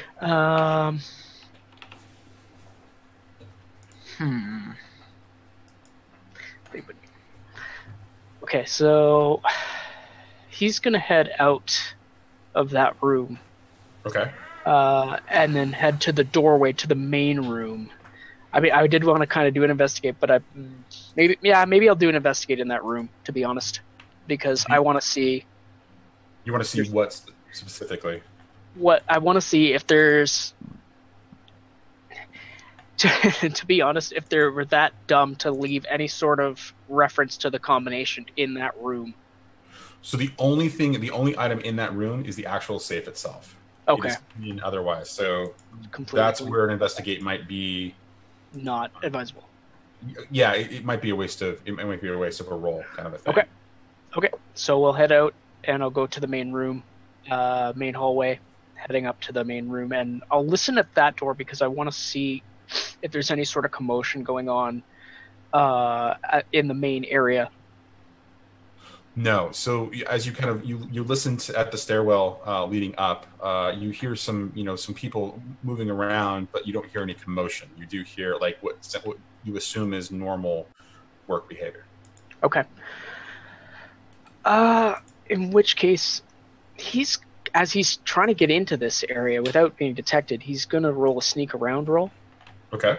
And I'm gonna do power tags, miraculously sneak in and out of anywhere. Okay. And creep without a sound. Okay. And would calm in the storm apply in this case, do you think? Absolutely. All right.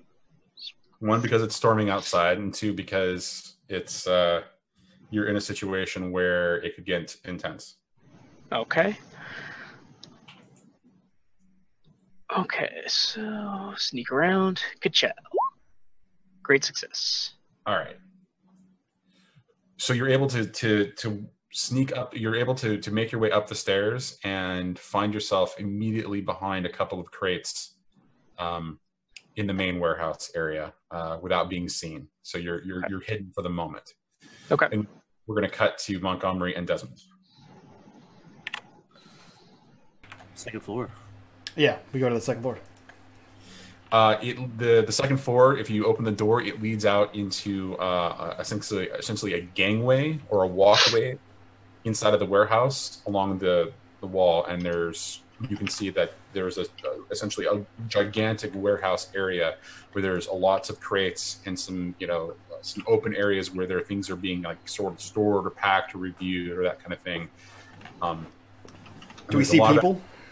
Oh yeah, you can see a couple of people kind of working in each of these areas, and there's two of them, and there are items that they are currently, preparing to be transported. Are there anyone on the gangplank or the gangway rather? No. Desmond looks to Monty and says, "Do you want to take this one? I'll go down one. Cover." Well, pull back a second. Who's better at sneaking around, Desmond or? Probably Desmond, and you're probably better at shooting. That's true. From up there, I could shoot down. You're right. Fair enough. All right, let's continue. Yes. Yeah. So he says, "You want to take this one? I'll go down. You cover." Yep. I got you. And then he heads back down and goes down to the first floor, and he's going to. I'm gonna sneak out of the first floor, Johnny. You're gonna sneak out the door from the stairwell onto the first floor. Yeah. Okay. Like I want to be sneaking around on the first floor, looking around for stuff. Okay. I just wanted to be very clear about that. Yeah. Okay. I'm gonna use. Man, I lied. I'm not good at that either. I'm going to use nimble as a fox, right? I'm quiet on my feet.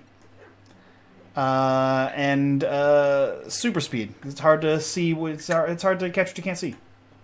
I think that's all I got, though. Okay. And I'll roll that for sneaking around. Sneaking around. Me and my best friend, Monty. It's a great success.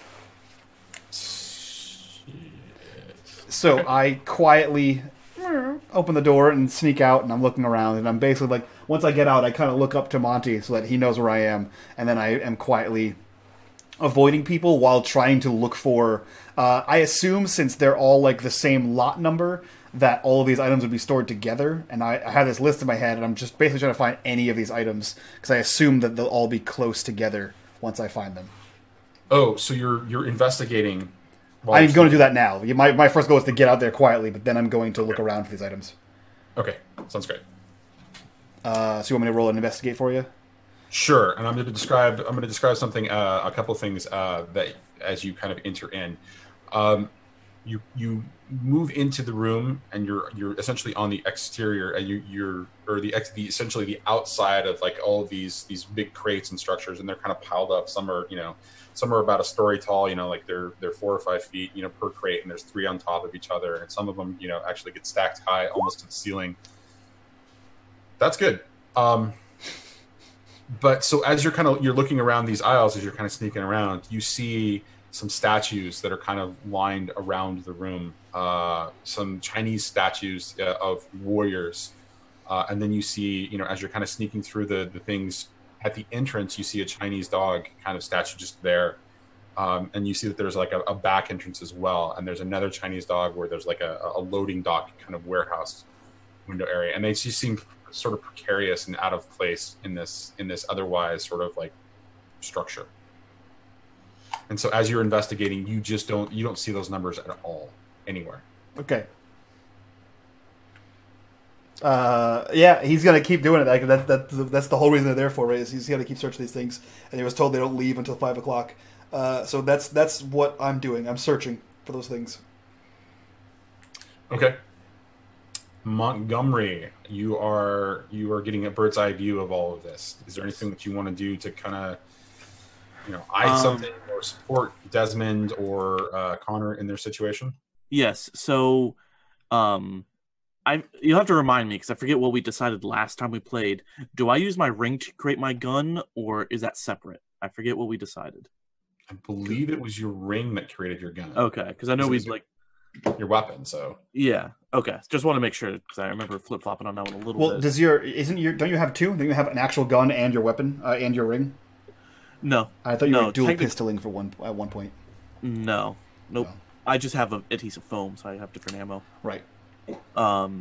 But okay, so I'm going to use the ultimate weapon. I'm going to use my ring, and I'm going to transform it into a bolt-action rifle with hopefully a scope. But if that's too much, then I will do iron sights. We'll change the game. Okay, I'm going to change the game. I want it to be a scope. Oh, you mean roll? Okay. So we can transform into any weapon, I guess. I don't know what else I need for what I can do for power tags, but okay. Let me look at your character sheet again. Yeah, just to make sure. The other ones are irresistible, ruthless, selective, selectively hit targets. So like glamorous, bullshit detector, tough as nails, good shot. I think I'm gonna get rid of my old because I changed. I didn't like being dead. I changed that. I'm gonna get rid of the old stuff. I think selectively hits targets applies because you're basically trying to create a bolt action rifle with a scope. Okay. You said good shot, can transform it into any weapon, and then selectively hits targets is I think the 3, right? Okay. Yeah, we could do that. Okay. Yeah. All right. That works. That totally works. All right. Change the game. So this is to make sure I get a scope, right? Yep. Okay. Great success. Well, there you go. All right, so I got a scope. I'm going to use that to. Hold on a second. Add that as a story tag. How do I do that? Scoped rifle, and what that'll be is a essentially a +1 to your any roll that involves the attack. How does one do that? Just write it down on a piece of paper. I thought it was in like the character sheet. And just remember to use it as a +1 when you're rolling. Yeah. So for you, Mike, on the character sheet, at the top of the character sheet, you see where it says positive status and negative status. Yeah. When you use the scope, just tick the positive status up one. Yep. Gotcha. And then you have to manually tick it back down one once you use it. Gotcha. Cool. So from the top, from the gangwalk or the catwalk up here, I want to be able to use the scope, the magnification, to help inspect things and look, from a top-down view. Okay. Well, doing that, are you going to investigate? Are you trying to figure? Is there anything in particular that you're trying to figure out, or are you? I'm trying to find the trumpet. If with using this, can I find the trumpet? Investigate then. Roll me to investigate. I didn't roll sneak around yet. Do I need to roll sneak around if I'm up above, or? Do you want to be sneaky about this? Yes, I do. Okay, then yes. Glamorous. He walks with with a sachet to be sneaky. He also has sword joints, so I'll give a negative to that. So it cancels each other out. Whatever. I was actually going to say conspicuous with a weapon, but that works too. Okay, very true. So I try to sneak around, but then I'm going to investigate. Well, hold on a second.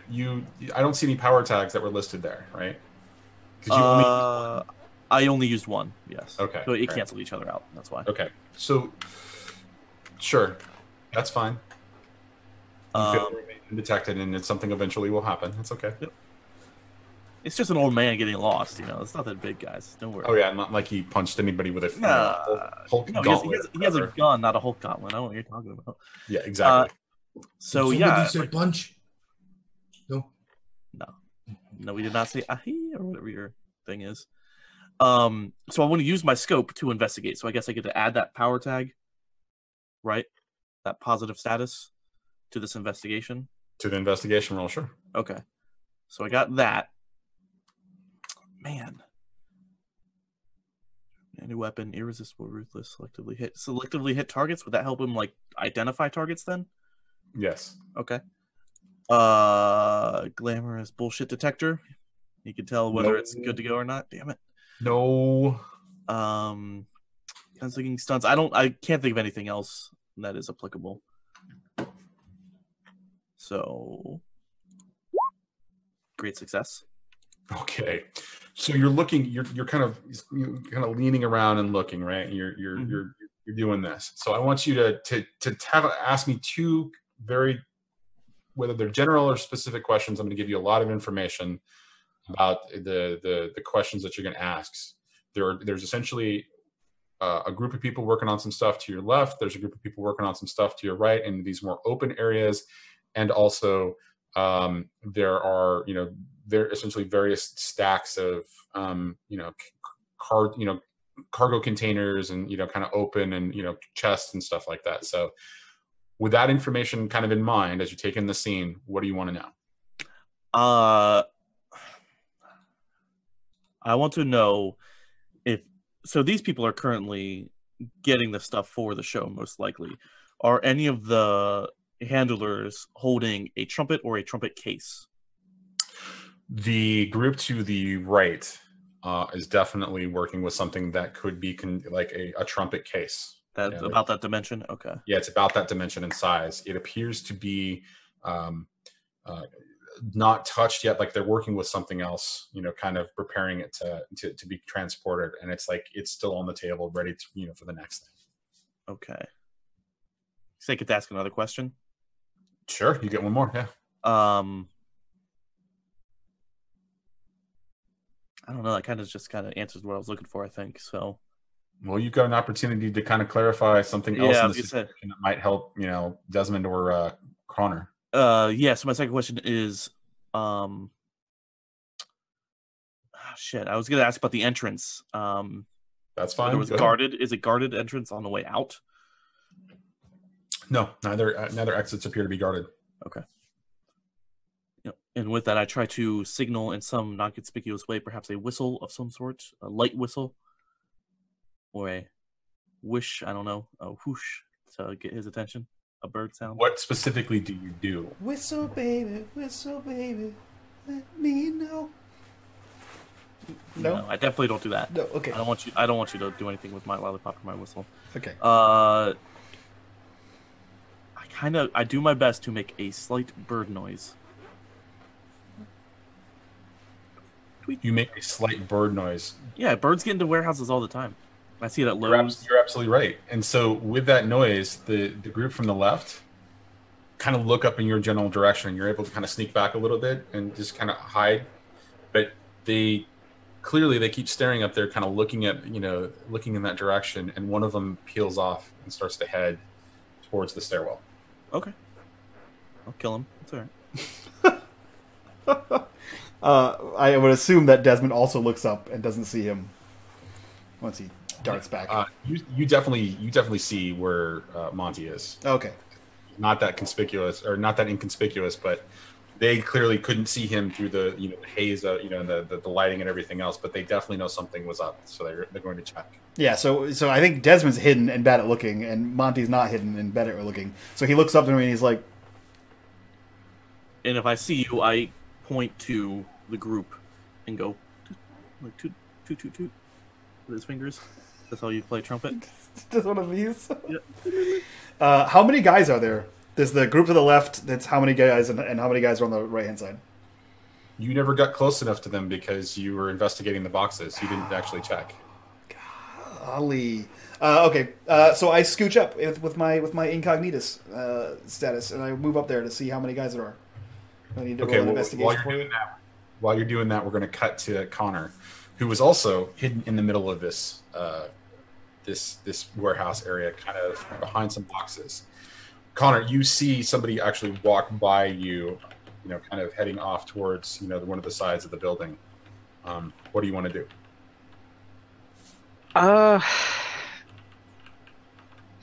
He's gonna go ahead and sneak off, like try to meld into the group of people into the going into the side building. It's just one. It's just one person. Just one person walking. Okay. Towards the side. Okay, he's gonna wait until they get a bit of a fair distance so they can't see him anymore or hear him. Okay. More likely. And then he's going to go ahead and make his way out like he's gonna obviously look around, make sure nobody sees. There's nobody around, and he's gonna head out, going into the side of that building, to that entrance. Okay. And so, what are you ultimately intending to do? At this point, he is looking to gain access to that entrance to see if that's where the auction is going to be being held. Oh, in the side of the building? Yeah, like if it's going to be like where this. I'm not sure where this side of the building is. Okay, so just to be clear, from the auction is happening in a separate location. Separate location, completely. Okay. Was there's the warehouse. There was going to be a transport of the. Okay. Right, and then it was going to be a third. There was an actual auction house where it was going to be held. Gotcha. Okay, so he's gonna sneak out to get behind this person, and then actually he's gonna get up. Actually, I know what he's gonna do. So he's gonna get up as close as he can. He's gonna sneak around and try to get up as close as he can behind this person, without making any sort of noise. Okay. And then what he's going to do is he's going to. Does it look like a guard? What is their outlook? Is there a what is their?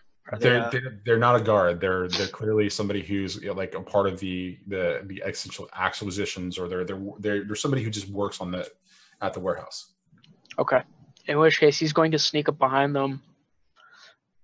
And what he's going to do is he's going to grab them roughly from the back of the neck and then spin them around, and then he's going to take an arm and go right behind, and then the spirit katana, he's going to go ahead and materialize it, and it's going to be flamed up. He's going to press it against their throat, and he's going to be like, he's going to whisper very softly in their ear. Whoops. You're going to tell me exactly what I want to know. Because I swear to God, if you're lying to me, I'll know, and I will kill you. Okay, so I need a roll of some kind for this to work. Is this a sneak around, or is this take a risk? I think this is going to be a not take a risk rather, but sneak around, because he's going to be like, he's got the skills to get right behind them and surprising the crap out of them, in order to, be able to get what he wants to know out of them. Okay, we'll put your power tags together and let's see what happens here. Well, I'm gonna say miraculously sneak in and out of anywhere in this case. Possibly silent kill. Okay. Creep without a sound. Okay.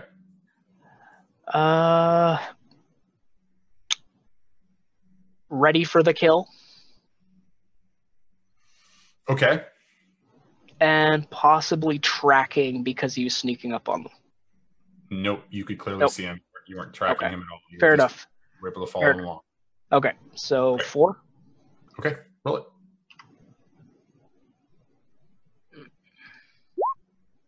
Great success. All right. So he looks, he kind of is frozen as you come up and you have this flaming blade at him, and he looks, oh, what do you want to know? What do you need? What's going on here? Hang on a second.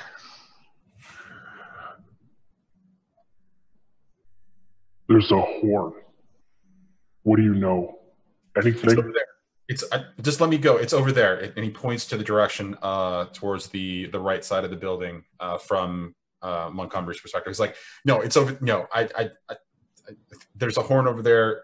There's a horn and a gun and a couple other things over there. I think the map is over there. It's that direction. Just let me go. I just want to get home to my family. Let me go.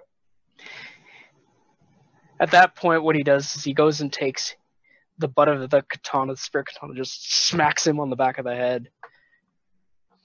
Hit him with all you got. Yep. Okay, in which case, I'll go with, well, he's not killing, so I won't go with ready for the kill.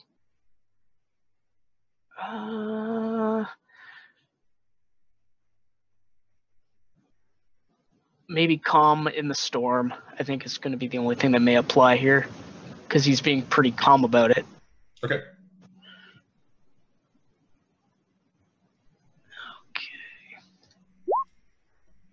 Not success. Oh, okay. You can knock him out because you applied enough. Well, how many power attacks did you actually use? Did you clear your power attacks? Yeah, you only use one power attack, so that's a failure. Oh, that's a fail, yeah. Sorry. That's my bad. It'd be a 6. It'd be a 6, yeah.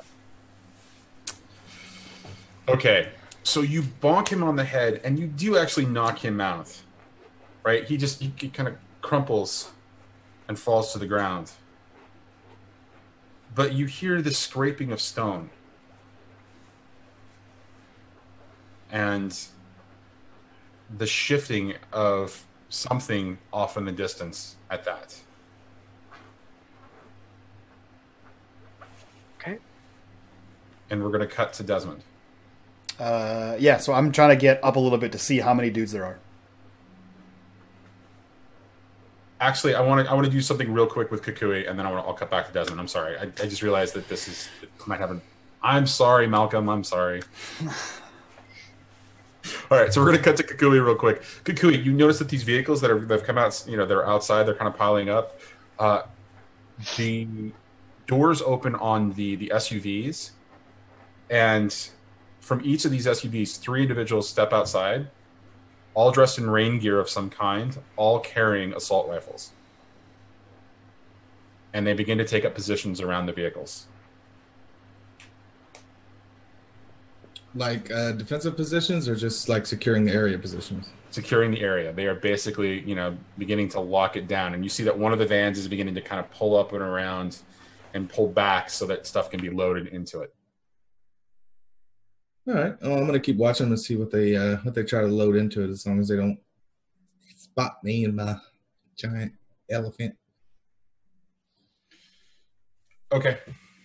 So, if you're just gonna wait, then we'll cut back to Desmond. I'm not gonna like approach him or anything, but okay. I mean, obviously, I don't recognize any of them, right?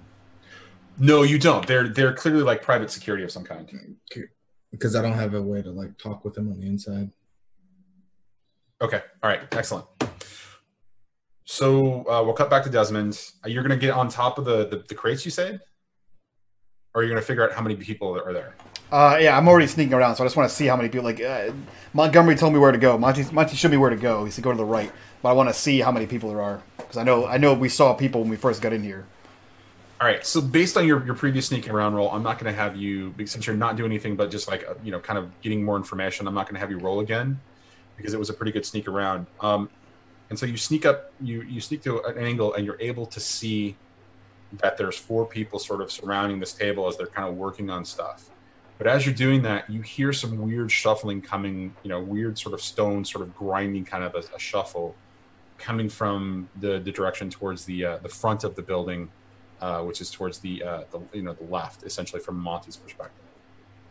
And do I see the other group of people on the left-hand side? Like the guy coming towards Monty? No, you don't see any of that, because the way that the essentially the warehouse is there's 2 open areas, and it's surrounded by a bunch of crates, and there's aisles and stuff, but you can't see from the angle that you're at looking at the right side to look at the left side to see how many people are over there. Okay, so I look back up to where Monty is, and if we can make eye contact again, I look to him and I go,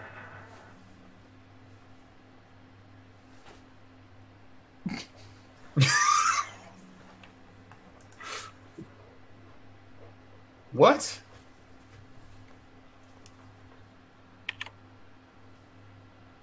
You found a lion?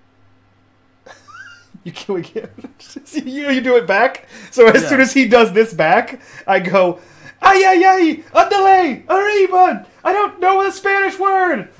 Ay. And I make. Do you really say that? Yeah, I just shout it.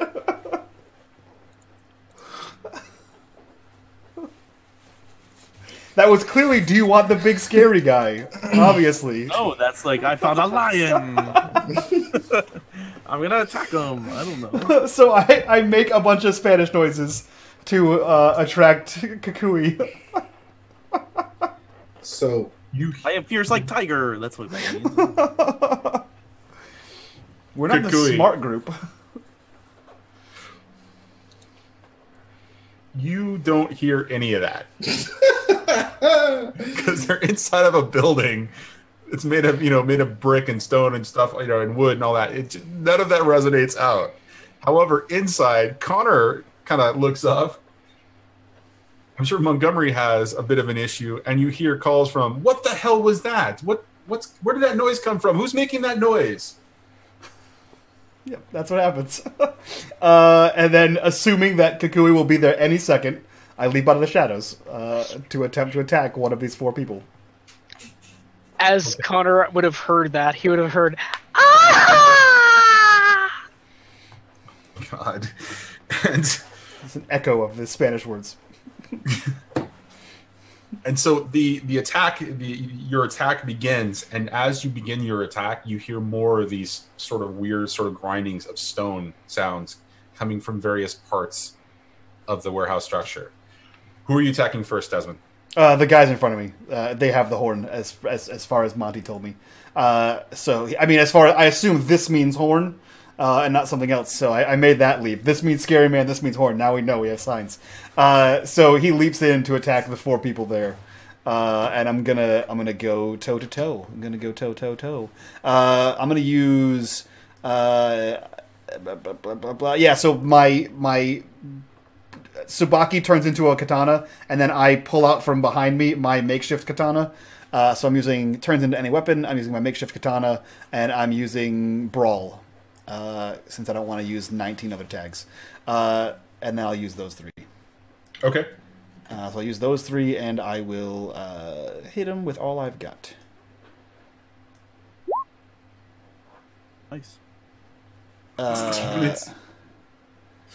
All right, so this first guy kind of turns around, moving towards your direction as you just kind of come up and surprise him. Now tell me what you do to him. So I'm going to... I'm going to get him good twice. Oh, wow. Right, so if I hit the first one, right, and give him a status 3... let's see, status 3 wounded or slash or something like that. I'm going to use get him good, or get many of them rather. I'm going to use get many of them twice, and I'm going to hit 2 more guys. So 3 of the 4 have a status 3 tag. What's the status 3 tag? Like slashed or wounded or whatever is applicable in that sense. Okay, so we'll call them. I'll just call it wounded 3 for now. Yeah. So you kind of you attack with you get the first guy and you kind of slash him, and then you kind of continue to spin and move in and just kind of with both blades, one going each direction, you kind of get the other 2, and they're all like and the fourth guy kind of looks up and goes, "What the hell's going on?" and starts reaching for something on the table. Okay. And we're going to cut to Montgomery as you see this attack happen. It looks Okay. dope. Cool. He's a ninja. Do I see anybody else trying to advance on him? No, you don't see anybody advancing on him right away. You do see, as at the reaction of it, you see Connor, kind of down there after he knocked the guy out. You see movement from the other side. There were 3 other individuals on the left side, and you see these weird shapes just sort of moving through the stacks as well. You're not quite sure what they are because the shadows and the lighting is playing with your ability to kind of see. If you zoom in on one of them, though, I'll give you an opportunity to do that instead of taking a move and helping Desmond. So and tell you what's there. At the brief glance I get, it looks like something is moving towards his area, though. Okay. Yes, generally. Okay, then I'm going to load up an adhesive foam bullet. I'm a good shot. I'm going to try to do a stunt shot, so I'm going to use my stunts tag. Okay. I have to use a weakness tag, weapon jams. Okay. Selectively hit targets in an area. I'm going to use that. Okay.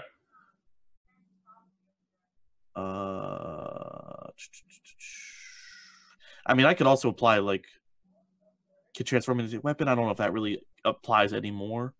So I'm not really going to. You're saying okay to add it or not add it? Go ahead and add it if you want. Okay. That's about it. That's all I can think of at the moment. Okay, so describe to me again what adhesive foam bullets do again. Do you remember? So it's not a lethal shot. So if I wanted to shoot somebody and not kill them, I could seriously harm them still.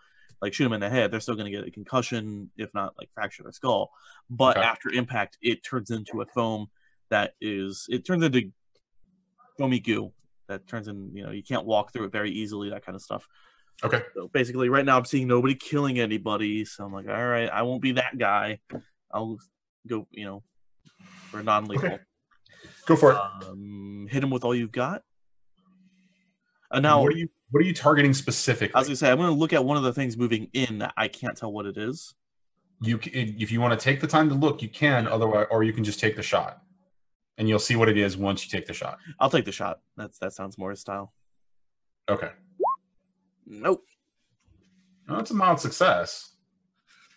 You get to inflict status on the target. Tier versus power, so you can do a tier 5. And choose one of the things that go down on that list as well. I get them good. That's one I'd like to go for. Okay, so that would make that a tier 6 status, which would normally knocks pretty much anything out. As you're kind of aiming it in fire, you take the shot. You're looking down the scope as the thing hits, and immediately the thing gets to, takes this, this temporary status of like, immobility or whatever, right? It should have, completely immobilized it, but it didn't. It's still sort of, kind of trying to move. It's really working towards trying to get, out of this bind. And as you're looking at it, it looks like a Chinese warrior made of stone, and it is moving. And as you're kind of paying attention to it, you can hear the sort of the shifting and grinding of stone a little bit, and you realize that the sound is coming from that. And if you quickly kind of look around, there are other ones around the room moving in.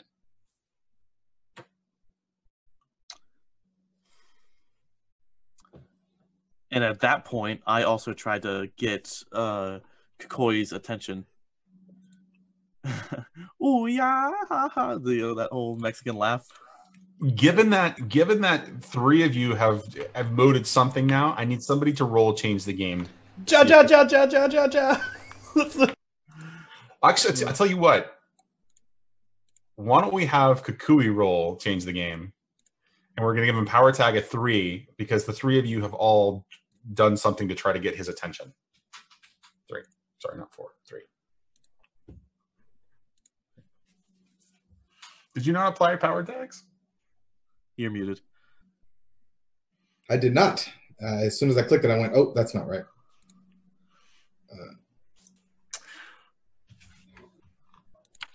Great success, Kukui. Your Kukui senses are tingling, and you hear the faint call from inside of the building.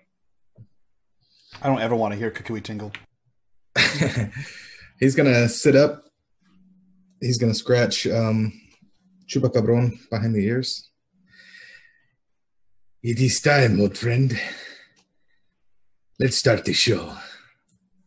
And let's see, I get two of these things, right?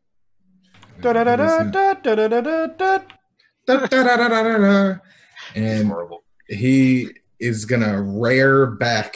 Chupacabron's gonna rear back and slam the ground grabbing, fortunately, everybody with a machine gun's attention outside. Okay. And we're going to charge on in there and stample some of them. You're going to charge into the vehicles. Well, we're gonna go through the vehicles into the front of the building. So I'm not really gonna try to stay and fight those guys. I'm just gonna try to be like, fuck you. All right, so execute this charge. I think we'll call it hit him with all you got. Hit him with all you got. Where's oh, there it is. It's all blocked. Why did I do that again? I keep forgetting that I have to add the tags first. Yep. So what does old Stampy have again? Don't forget to remove the 3 for. Yep. I already did. I did. All right. Let's see. I chose the one flock the enemy. Okay. And mobbing. Okay. What else could Kukui add to that from his character sheet? Oh, Kukui. And Kukui as well. Kukui and Chupacabron are doing this, so. Yeah.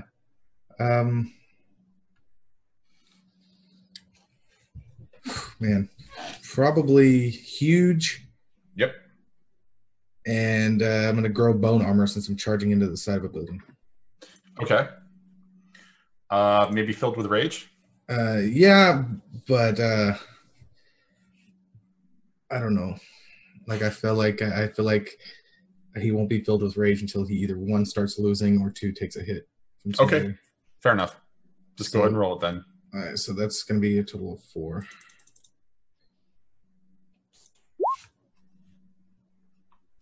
All right, mild success. So hit him with all you got.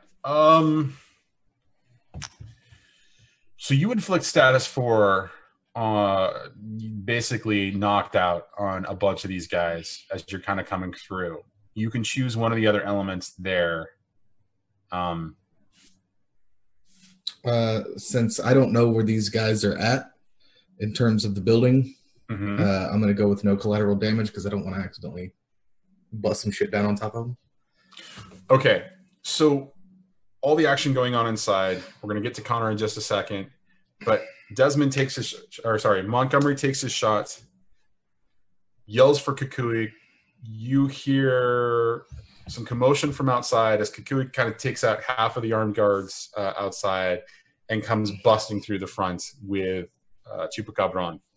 As it goes, the door just kind of shatters open. And so we're going to cut to Connor as the door is kind of shattering open, and Kukui has made his entrance into the building on the far side of the building. Connor sees this go through on the. He's on the right side, correct? Mm-hmm. Right side. So he punches through, and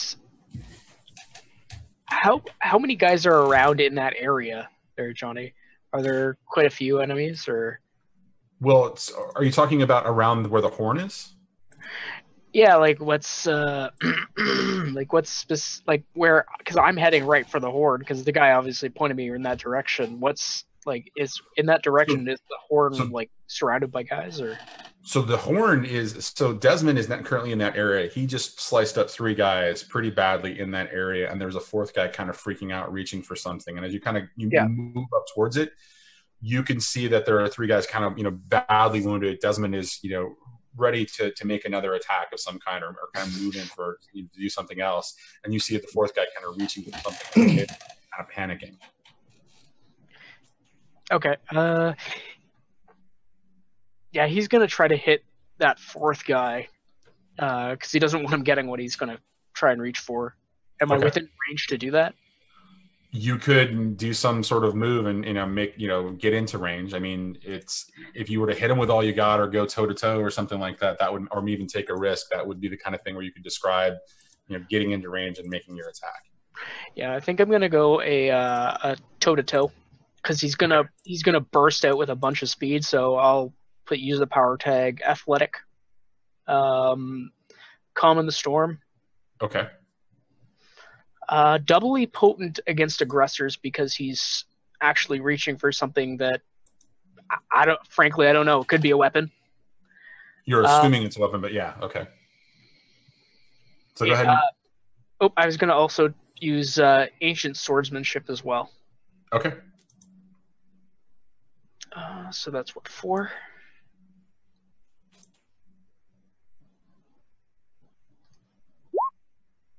Great success. All right. So you definitely get into you're definitely able to jump and get into range with him. Describe based on that list. What do you want to do? So. Actually, hold on a second. I take that back. You don't necessarily get into range unless you choose that first option. You reach your goal. Yeah. Okay. So and then you can do you can do that plus something else based on that. Okay.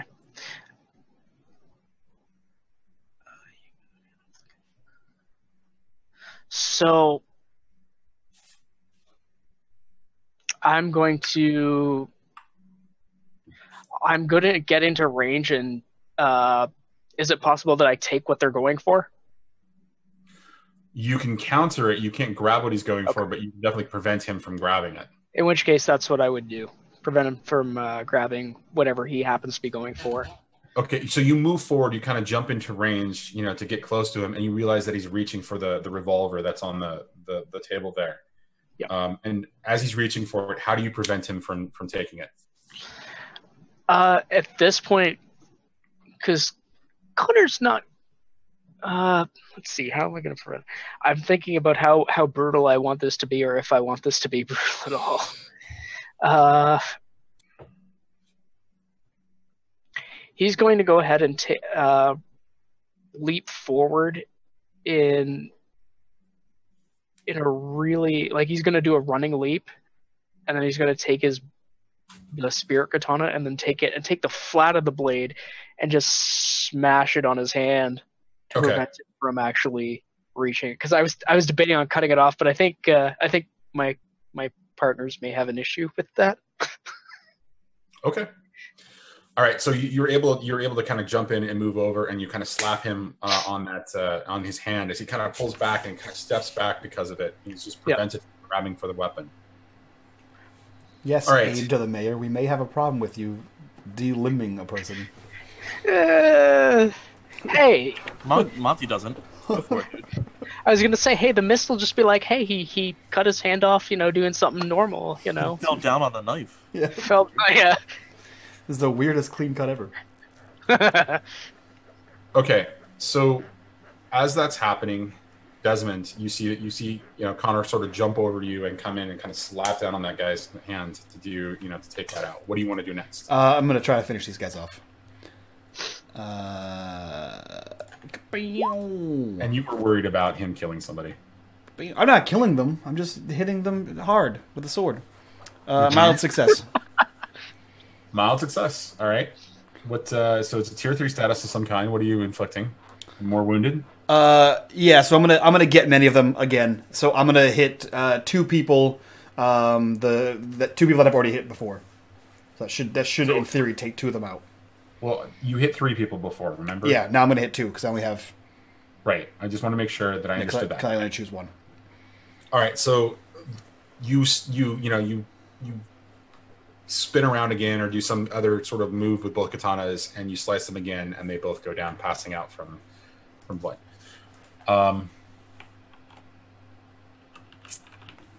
As that happens, one of the other ones grabs for the horn itself, the other wounded one, and starts to move away. It's trying to escape. Montgomery, you see all of this happening as you're kind of watching through the scope. So one guy's trying to escape, I shoot him with an adhesive foam bullet. Okay. Weapon can jam. Okay. And I get a +1 for the scope. That's correct.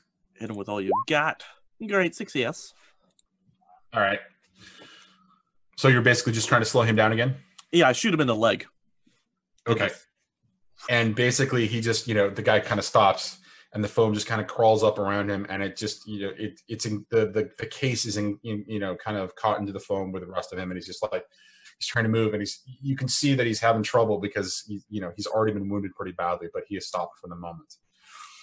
All right, we're going to cut to Kukui, who has just burst into this particular room. You know, what you see is a series of cargo containers in front of you, or not cargo containers, like, you know, basically crates, you know, kind of, you know, and there's not enough room for you to take Chupacabron through them without like kind of bursting through all of these different crates. Well, Kukui is going to jump off of Chupacabron and land on top of one of the crates and more or less signal to the elephant, you know, Don't let him get in.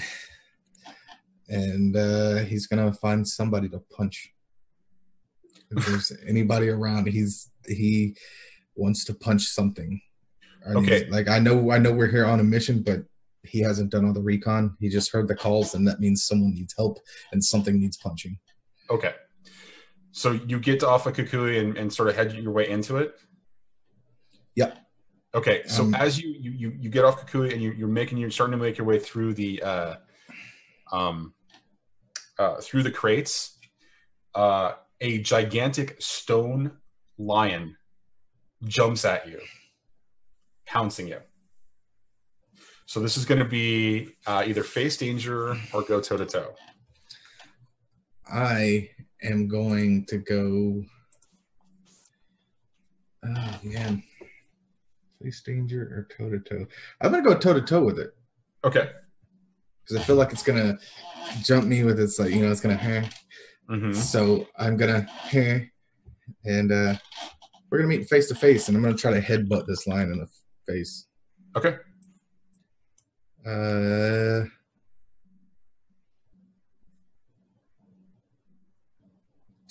So I'm still gonna have the bone armor and the huge and probably instant muscle building as well. Because probably at the onset of feeling it, realizing it's stone, and coming forward with my head for the miraculous butting. Yeah, that's what that's gonna be. Roll it. Oh, Jesus Christ. All right. So you get to pick two of those. What do you want to do?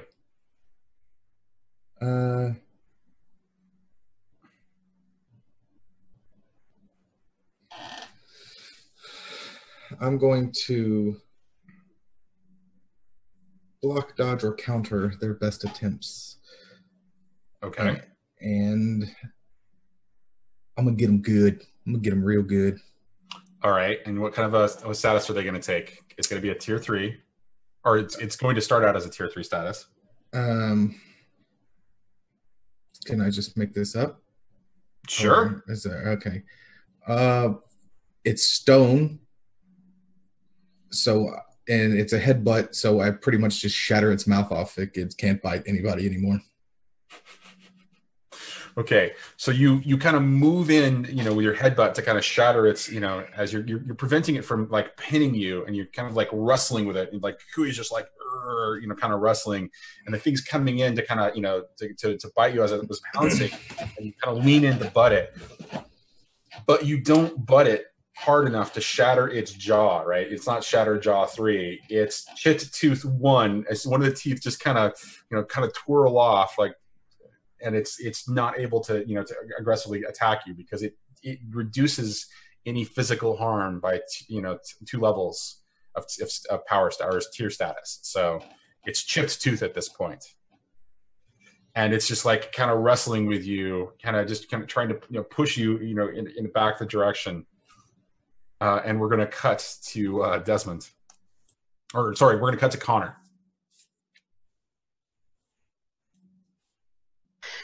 Okay, so he's just slapped that guy on the hand, and now he's going to try and take him out. So he's going to go toe-to-toe, and he's going to use Calm in the Storm. Okay. Hard-working man. How does it apply? I don't know. He's pretty hard-working. I'm stretching on that one. You are totally stretching. Let's do athletic. Uh, Ready for the kill. Yes. Ancient swordsmanship. Okay. I think that's it. So 4. Okay. Roll it. Oh wait, that's 3. Yeah, no, 4. You're right. Yeah. 11. All right. You went toe to toe. Are you sure you wanted to go toe to toe, or did you want to hit him with all you got? Actually, I probably should have hit him with all I got, to be honest. Right, because he's not able to return the attack. He's not attacking you yet. So yeah. Let me roll. That's this. Well, I was just gonna. I was honestly just gonna take the same roll, the 11. Okay. We can just go with what's there, right? So on 10 plus, you can choose 2 of the following: you get cover or secure position. You get them or you get them good, +1 to the tier status for the status of the power that the status that you're affecting them with. You control collateral damage. You hold your target's attention. You gain the upper hand. Take 1 juice. Let's see. You're already hitting him with a tier 4 status. You're probably going to knock him out. Yeah. So that's going to happen. Do you want to do something else as a part of that, or are you just good with the result of that? Maybe. It's only on him. Okay. I was going to say. Go ahead. You can control the collateral damage. You can have that extend essentially, right? You could make it worse, or you can make it better, depending upon you want to do it. I think I want to control the collateral damage because, again, I'm not trying to kill this guy. I just want to knock him out. Mm-hmm. And I don't want to try and damage any of the artifacts that are in the area while I'm actually trying to knock him out. I want to try and take care of what's around us. All right. Well, he goes down. And as he goes down, the second stone lion jumps in and tries to pounce Desmond. So you can either go toe-to-toe or face danger here. Let's see. I'll go toe-to-toe. No, hold on. It's for Desmond. It's for Desmond. I see. Go ahead. There's still 2 guys with me, right? One of the guys just went down. Connor just knocked one of the guys. So there's one guy and a lion just pounces in. I'm going. A huge stone lion just pounced in. Yes. Yeah, regular. I'm going to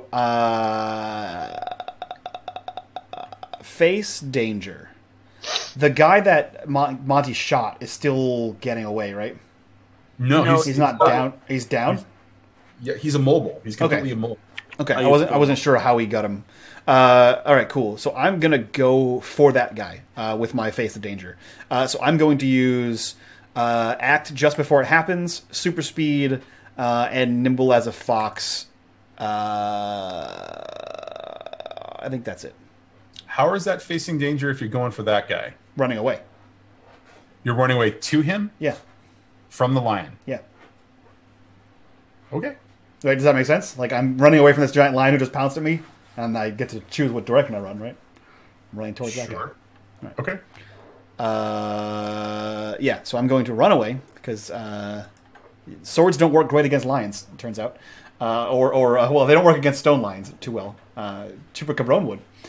So I'm going to face danger and try to get the hell out of there. Ka-chow! So the lion begins to pounce, and I get that precognition, and it's like slow-mo, and I just sort of duck underneath it and by it, and now I'm standing next to the guy that Monty shot all frozy. Okay. All right, and so you're now standing next to the guy as the lion kind of lands, and Connor, you see this kind of lion land in front of you, just sort of on the other side of the table, and you see, Desmond just kind of do his thing, being next to the guy now with the trumpet, who is just a mere couple feet away from you. Monty, you're kind of looking down the scope, watching all this happen. Yeah, I am going to. Man, I'm going to try, because it was indecisive how effective my first foam shot was. I'm going to try to shoot this lion. Okay. Using all the same tags, good shot, foam, stunt, ruthless. You're using it. You're still using the foam, right? Yes. Okay. Great. Yeah, because in Monty's mind, if he uses a bullet, it might ricochet and might have some more adverse effects to his allies than he wants. So he's gonna try this. If it doesn't work, then he'll think of something. Okay. Great success. Okay. So for status 4, inflicting you're inflicting the essentially the status of, what is it? What did we decide? Immobile, I think is immobile is what it was. Yep. Because of the abilities of the creature, it also does not have its danger tags. It also does not experience movement inhibiting, subduing inhibiting, kind of tags as well. So it also reduces that to 2 to slowed, or okay.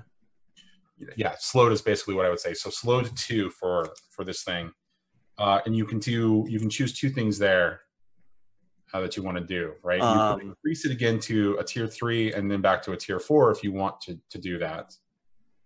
Just to reduce it to immobile, or you can do something else in that list. Oh, I get 2 of those, right? You get 2, right? Okay. So you could use that second option and go get them good, or get many of them and just increase the tier status back to 4 twice. I'm gonna I'll do that. I'll do that twice then. I'll get them good.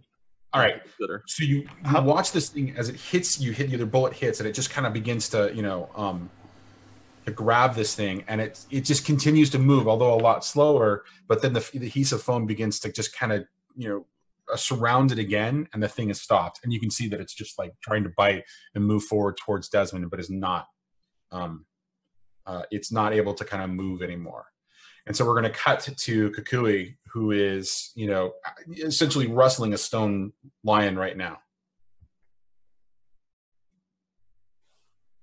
Yes. Do you want to do something, or shall it do what he wants to So do? before you do anything, Kukui, McLogan donates $20 and says, for the kids, yeah, I totally want to help the kids. Johnny gives everyone a giant's blessing and has 1 great success and they can use now. So all of the players gain 1 great success, which is essentially a crit.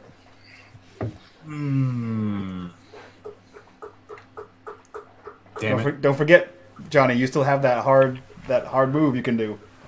I absolutely know that I've got a hard move that I can do. I was saving it for a rainy day, but now I think I'm going to have to. Today's a rainy day. Right. Can I see you said there's a separate lion that's trying to attack... There was a separate lion that was attacking the other side, and it's down this row essentially, and you could see it in the distance, but you just saw that it just got that Montgomery just shot it and basically caused it to kind of go immobile, as it's still moving, but it can't move forward. I know I'm fighting this lion. Do I have clear line of sight of it? Is there anything obstructing? No, it's definitely down an aisle. It's between there's an aisle between 2 sets of crates that you can see. It's about 50 feet, but you could definitely see it. Is the amount of space I have big enough to fit another lion down it? Depends. Do you want to throw it, or do you want to run with it? Well, I'm not going to try to mount the lion. I already have an elephant. I want to wrestle this lion that I have and try to get it off center and then do a wrestling swing move. Woof, woof, woof, and just throw it at the other one and try to break him off. Okay, so I'm just going to say that Kukui is going to have enough room to be able to do that. So why don't you try doing that? Yeah, I guess I should have said, is there enough room for me to spin around a giant stone lion? That would have been okay. And we're going to go with now I'm going to be filled with rage because I didn't break as much face as I was hoping to. Okay. Still going to have the instant muscle building and huge. So those 3. Okay. And this is toe-to-toe? Sure.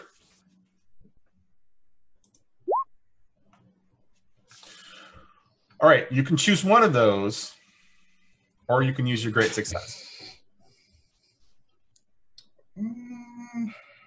I will use my great success, since I have to use my great success right now. Right? You don't have to. Well, he said to use it now, so I'm gonna go ahead and use it now. Fuck it. Okay. All right. So describe to me, Kukui, when you basically spin this thing wrestling style and then throw it in that direction. He's going to be yelling all kinds of Spanish curses while he's spinning this thing in a circle. And as he's spinning it, because he only heard the noise, and that's when he sees the other lion, because right now he's just trying to smash it into the wall. So he hurls it at the other lion, with the intention of making them smash into each other. All right. That's the intent. I can't guarantee you how well his aim is, because this is not it's not a science of throwing one thing into the other thing. No, but this is the wonder of a great success as you kind of spin around with this thing, right? And you launch it, right? And it goes flying, and you can see the thing just trying to, moving as it's flying through the air, and it lands on the other one, which has this adhesive. And at first it lands, and the impact can be heard as stone begins to shatter, and both of these lions just kind of crumble into pieces and become immobile in the goo that is the adhesive foam that Montgomery's bullet shot. And so, Connor, this sort of happens just sort of like right next to you as you're deciding to make your next move. These two lions just kind of crash as a stone figure with a spear moves in to attack you. In which case he's going to face danger. Okay. I think. You're not going to go toe-to-toe with it? Yeah, okay. Yeah, maybe I'll go toe-to-toe. Might as well do some damage. So go toe-to-toe and use Calm in the Storm. Ready for the kill, because I have no problem killing this thing. It's inanimate, so. Ancient Swordsmanship, doubly potent against aggressors.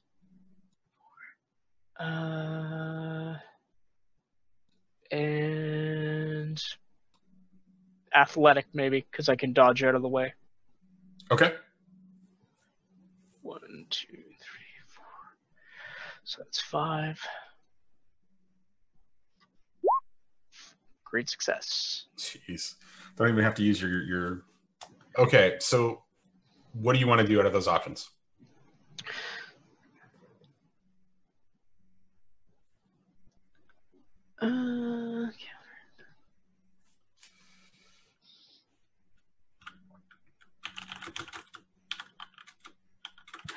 So I'm going to get him good.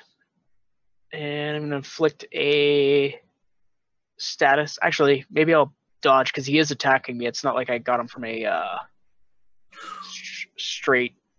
Well, you could. I mean, with the two options there is right. You could dodge, right, not take a status from his attack, and then get him. Yeah. Get him good still. So I'll get him good. So I'll get him good, and I will dodge and counter their best attempts. Okay, he comes in. He comes in with a spear, and he comes in with a full force of the attack. Right, you're able to kind of spin around and describe how you basically take this thing out, because with a power, with a tier status of 5, you're eliminating this thing. Right. So what I'm imagining he's going to do is he's going to come in with a full-on attack, and with Connor's ancient swordsmanship, he's going to dodge out of the way and deflect the block upwards, having it go over his shoulder kind of with the spear. Okay. Narrowly missing his shoulder, and then come in across the midriff and then just come in low, cross the midriff with the spirit katana, and then shear him straight in two. And as you shear him straight in two, you see that half the piece just kind of slides off and then crumbles to the ground, and falls to the ground and sort of begins to crumble a little bit. Yeah. All right, so we're going to cut back to Desmond. Desmond, the guy with the adhesive is just kind of standing there, and he's got the case, but he's struggling because he wants to get out, but he's clearly wounded, and he's got the trumpet case. Yeah, Desmond's just gonna step on his hand that's holding the trumpet case to free up his fingers, and then he's gonna open the trumpet case to make sure that's in there. Yep, there's some sheet music and stuff in there along with the trumpet itself, but the trumpet is actually in there, and it gleams. It's got that sort of weird sort of Pulp Fiction sort of MacGuffin gleam that comes from the case when they open up the case. Yeah.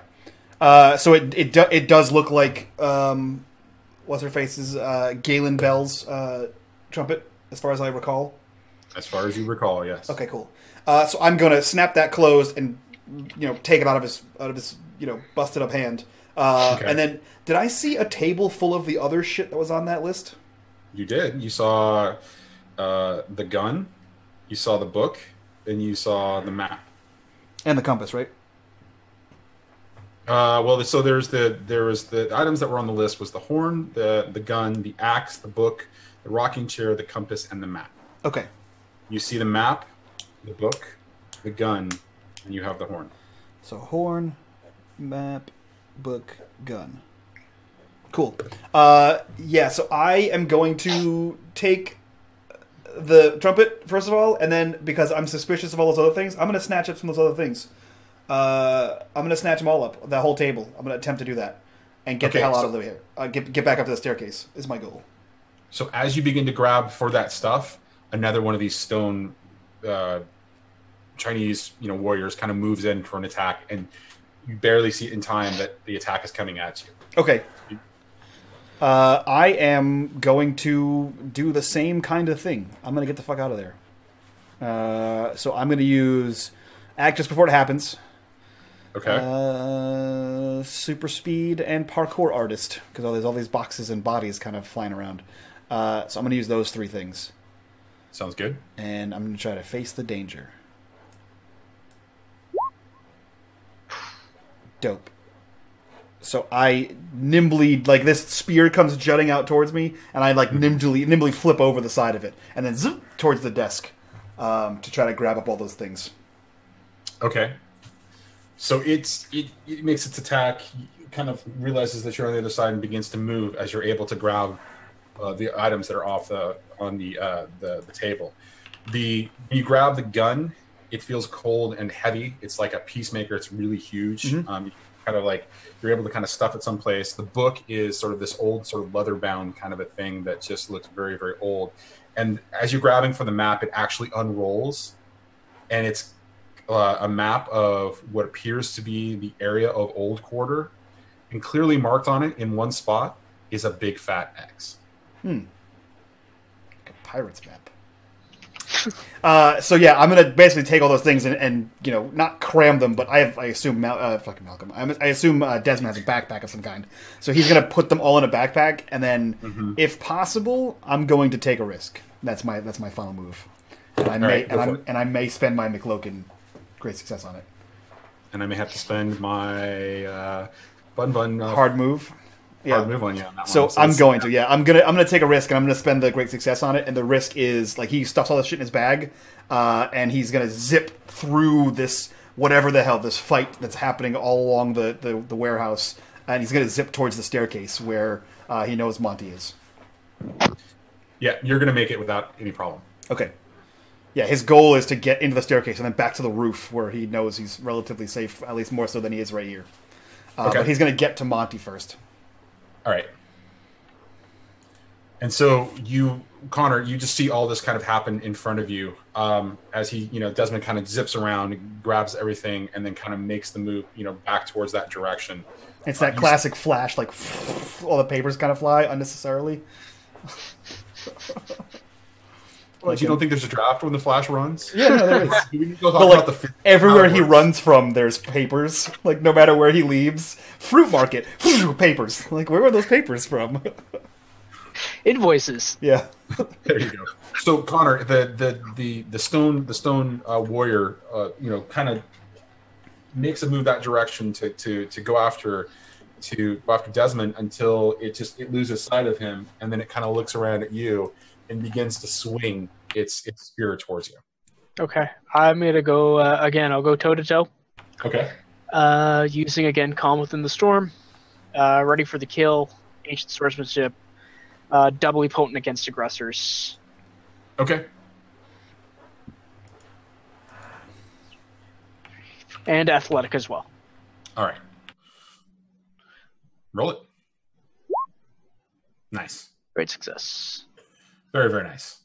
I will again do the same in this case, so I will get them good, and then I will dodge and counter their best attempts. Okay.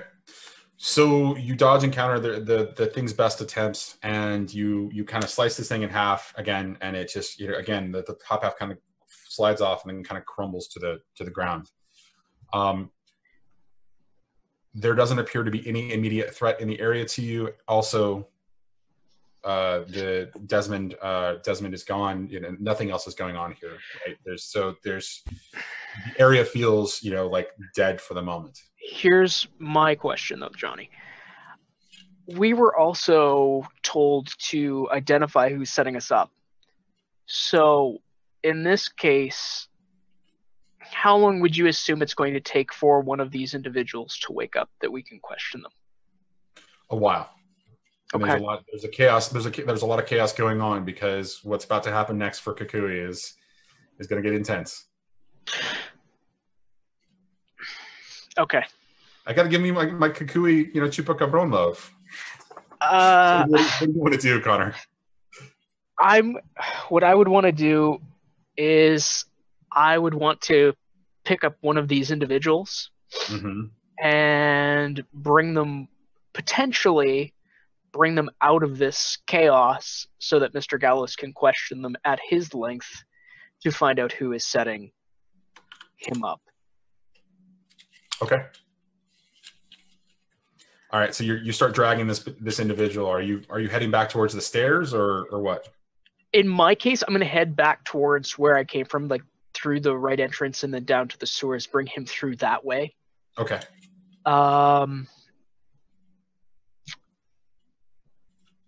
And then maybe, at that point, yeah, that's what I'll do for my turn.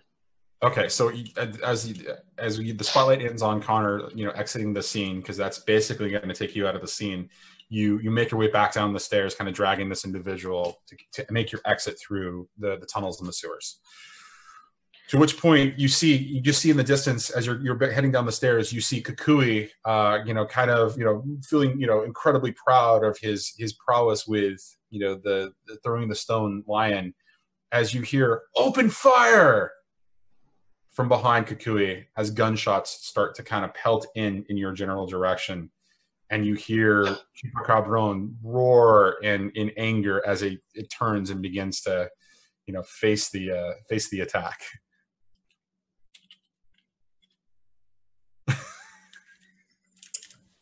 Did you just let people shoot at my elephant?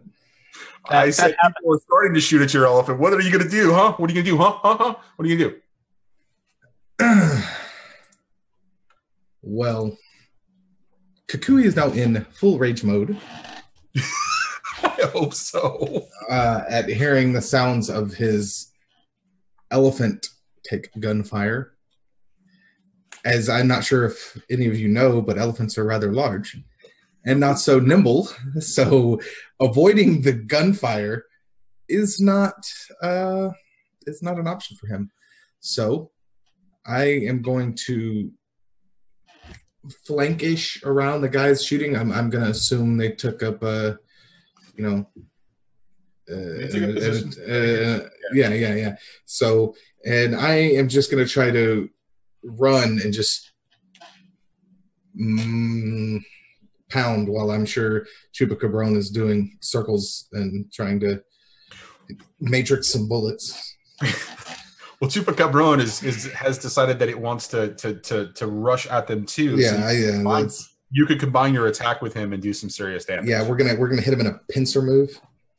Okay. So as I'm running at them and he's kind of like oh shit, and he's gonna come at him too. Of course, he's gonna use both of his tags, the mob and flock. Okay. And since I'm running and pretty much just trying to what is it, Rhino from Spider-Man? These guys just and just yeah. So it's going to be filled with rage, huge, instant muscle building, and grow bone armor. Okay. Me, and do you want me to add his too? Sure. Okay, Do you so want that's, to just use your great success for this? I already used it. Oh, that's right. I'm sorry. You're right. That's right. Okay, go for it. So let's see the 30. And that would be hit it with all you got or go toe to toe. Go hit them with all you got because they're shooting in your, yeah. Great success. Fantastic. So as Chupacabron, kind of turns and begins to gain momentum, even though bullet shots are just kind of coming at him, the focus wasn't really on him just yet, just more in that general direction. But the bullet fire was coming in. You're able to kind of flank around and move in, and you kind of just go cross paths with him, and then execute this amazing sort of jump move as you jump back on top of him, and both of you just kind of barrel through all of these guys that are firing at you, or cause them to scatter, and begin moving off into the distance in the rain, with a great charge, kind of screaming, your success as you're kind of rounding around. You see the rest of them, moving in for a second attack. You see the rest of them just starting to scatter into vehicles and trying to get away. All right. And on that note, Kukui is going to yell out to his compadres. What are we waiting for? Why are we still here? The whole time he's like, punching and slamming and doing things. He's trying to figure out, I thought I was to come in and we were to roll. So I imagine by this time, both Desmond and Montgomery are on the roof. We're just watching him mow through people. I guess we didn't come up with a call for all's clear, you can leave. So. You see how he hit the guy with the elephant? I told you it was pretty cool, though, right? The whole was like. Dude, next time I'm turning this into an elephant tusk. I don't think that's gonna work. I don't think it does that. You wait. Yeah, so I would imagine that we're back on the roof. And did we see Connor? Well, I guess I wouldn't see shit. But did Monty see Connor get out? Monty, did you see Connor get out? I don't think he would have, because unless he was at the top of the roof, because Connor would be dragging him out to the side of the street and getting him out under the basement area of the sewers back to the area that he came out of. Okay. Yeah, he looks back to Monty and says, "Meet back at the ring." Yep. Let's split. And so he's gonna race down the fire escape, and as he's running, he's gonna be like, "Arriba!" or whatever, as he's running through. So you just hear like as he's running around, trying to make Spanish noises, hoping that Kukui will figure it out. Gonzalez. Yeah, hoping that Kukui will get it as he does a lap and then books it towards the boxing ring. Okay, so Desmond makes his way out of here. Kukui and Montgomery are the only ones kind of left around. What are you guys doing? Hustling down that fire escape. Back to your Apollo to get out of here? That's been idling off to the side for you the entire time? Yeah, I'm sure it was a block or two away. Okay. All right, no problem. Would I have heard the call to arms? You would have heard because he was sitting right around you. Yeah. All right. Yeah, I'm just gonna whatever the elephant version of moseying on out of there is. That's what I'm gonna do. I'm gonna elephant mosey out. And, okay. Later, pinche pinteros. All right, so we're gonna cut to the back at Montgomery's boxing gym. When we find the four of you kind of there, taking shelter again out of the rain.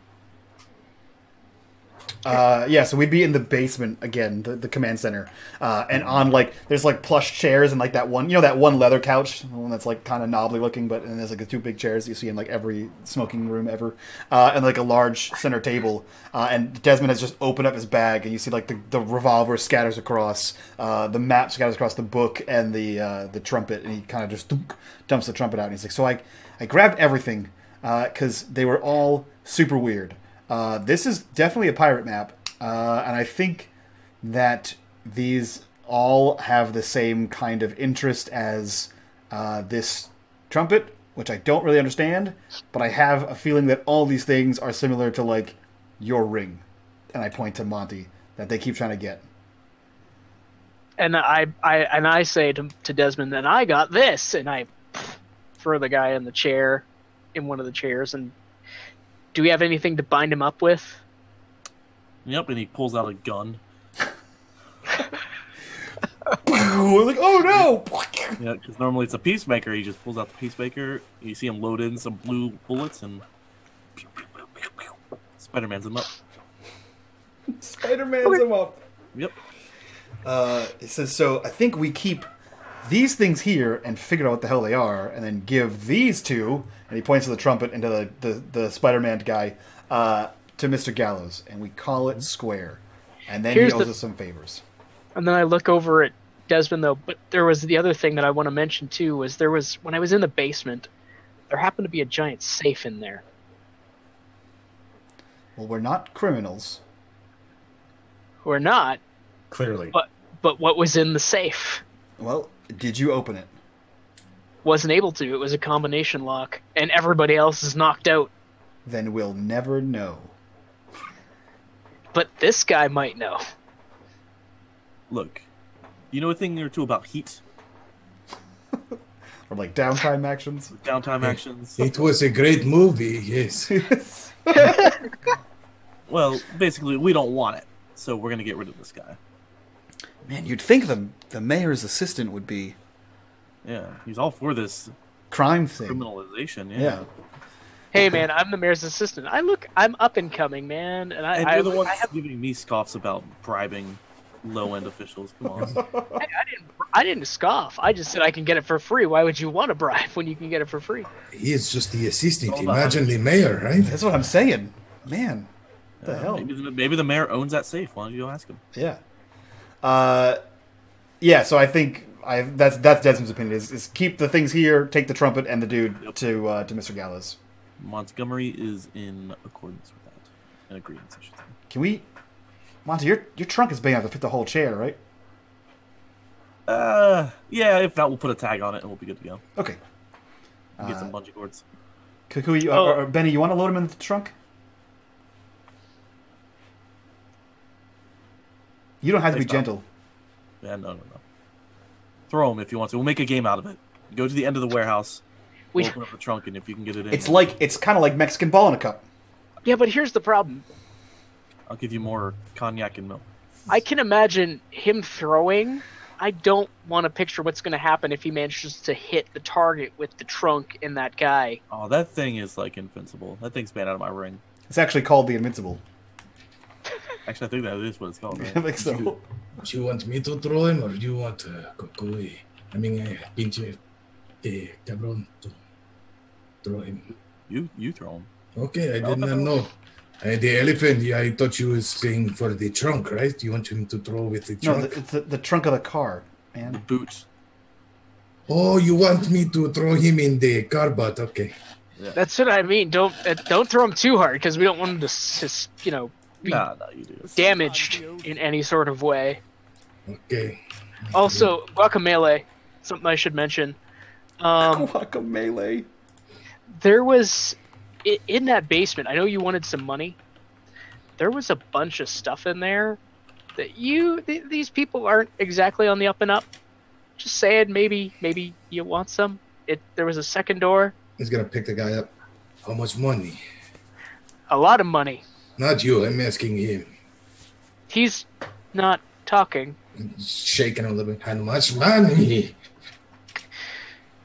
I want money. From the corner of the screen, that doesn't look very innocent. Is he still knocked? Is he still knocked out, Johnny? He's still knocked out. Just checking. Okay. And he's gonna one hand just still a crime. Toss him. Still a crime. Yeah, because he's. Guys, I mean, decision has been made. Let's go. Yeah, I'm just gonna throw him into the trunk. Yeah. Yep. Okay, and so we're gonna cut to you entering. You heading to Xanadu. The club is open by this point, and Tamonte is working the door, as you can kind of see him. And when he sees the four of you walking up and the case coming in, with you. You see him kind of pull his shades down for just a second, sort of looking at it, and you catch a glint of his eyes, which are these multicolored sort of weird, things. And he puts it back up. And he says, he's in the office off to the side, and he gives you instructions when you go inside to go to an office. And so you kind of follow in, and the club is beginning to open up, and there's music starting to play, and people are starting to arrive, and things are starting to get lively. But you immediately follow Tamante's instructions into Mr. Gallus's office. And inside, you see him just kind of, putting on some cufflinks. You knock on the door, and he says, "Come in." And you enter, and it's this, small sort of, lavish-looking place. And you see him kind of finishing getting dressed as he's putting cufflinks in his shirt, and kind of adjusting his tie and then adjusting a tie pin. And he looks back at you and he says, "Well, how did it go?" Well, we've got the horn. Whoever has the horn, And then we also Desmond have this. Plops it on the table and unbuckles it and opens it. And as you drop the unconscious guy in a chair, he's like, "I don't know if that was necessary, but okay." And he moves over to the trumpet as you put it on the table, and he kind of looks at it and he picks it up, and he, kind of holds it. "Well, that's," and he looks around at you. That's great. Thank you. And he kind of tips it like this, and out of the bell of the horn kind of falls a crumpled piece of paper. And he's like, puts it back down, kind of grabs it, opens it up, and he stares at it for a second, and he looks ashen white, almost matching his beard and how white he looks. And he puts it back on the table and immediately moves to his desk to grab a phone. And as the rest of you kind of like, what the hell's going on? You step in, you look in, and you see that it's a flyer for a restaurant. And the restaurant's name is Persephone. And that's where we're going to end it. Bum, bum, bum. Cool. So that was a dope ending. If you don't know what Persephone is or why that is a bum bum bum moment, go back and watch the show. Check it out on YouTube. 6&Twenty. If you guys don't already know, 6&Twenty is it's an endeavor. It's on 3 different channels. It's on Johnny's channel on Tuesdays at 8 p.m. It's on my channel on Wednesdays at 8 p.m. and Not So Speedruns on Thursday at 8 p.m. We are all 3 different crews of people playing, interacting, and investigating in the same city. These are one-shots that happen kind of extraneously around the city and weave in and out of the stories and sort of touch back to things. Like the storm that happened in this episode started in last Wednesday's episode. So what the hell that storm means and who those raincoat guys were, I don't know. But I want to know. You guys can catch up on YouTube. There's a playlist for all that kind of stuff. And speaking of, we're doing a giveaway right now for City of Mist. You guys can enter the giveaway and win it for free. Or you can go to Exclamation Point Mist and buy it and get $5 off using the coupon code 6&Twenty fan. Also, if that wasn't enough to sell you, the fact that we're doing this for charity, for sick kids, this game's rad, our show's rad. Also, today is Amit Moshe's birthday, and Amit Moshe is the guy who made the entire game. So if you want to buy him a sweet-ass birthday present, go buy the game. So that's it. Let's go around and introduce our cast and crew here, then jump into our next game, because we're a little bit late. So let's go with the new guy at the table, sort of. Mike, who are you? Where can we find you on the internet? And what do you think of your adventure back into City of Mist? So I'm Mike the Anonymous Rhino, Apollonia Slap on Twitter. It's games like this that are I like because it's very narrative and it's very open, and you get to just decide what happens. You don't have to be holding yourself to a certain strictness. So it's always easy to fall back into it. The little things like the mechanics, every once in a while you mess up, like the actual character sheet, but otherwise, great system. Yeah, sweet. We'll jump over to Kukui himself. Frags, who are you? Where can we find you on the internet, and what did you think of your second adventure in City of Mist? Don't find me on the internet, please. Okay. I'm trying my hardest to stay hidden. But if you really want to, you can find me in the Unmade Discord. You can find me on Twitter Same name, same face, same stupid jokes. Dope. That channel. Dope. If you guys, however, I'll plug all your holes, Frags. If you guys need voice acting done for your channel, your YouTube videos, all kinds of cool stuff, ask this guy. And he gets embarrassed, and you can suck it. We'll jump over to the biggest 6&Twenty fan. Watch out, McLoken, he's coming for you. Brahm, who are you? Where can we find you? And what did you think of this episode of 6&Twenty? I love this episode. This was really good. We got to resolve some issues from the last one-shot, which is great. And then we were left with a whole crap ton of questions for the next possible one-shot.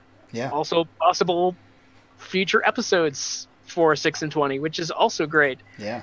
And terrible all at the same time because you have to wait for the show to happen. Yeah. So, but yeah, no, I love this system. Love playing with you guys. That was super fun. Yeah, I can be found at Leppy83 on Twitter. And I do some occasional streaming, although not very much lately, just because real life issues get in the way and stuff. But I do that on occasion, and sometimes you'll see me trolling around here and in the unMadeGaming Discord. Sweet. And last but definitely not least, Johnny, who are you? Where can we find you on the internet, and what did you think of this one shot? Video Store Cowboy everywhere except Twitter, where it's VidStoreCowboy, blah blah blah, about 15 characters. This was awesome. We get to tell another aspect of the story. We get to follow up on what happened to you guys last time. Rhino jumping back in to replace Ryan was an awesome opportunity for somebody else who was in the world previously to come back and really have a good time. I loved that Connor got to do a lot more this time. Got to show a lot more of his badass nature.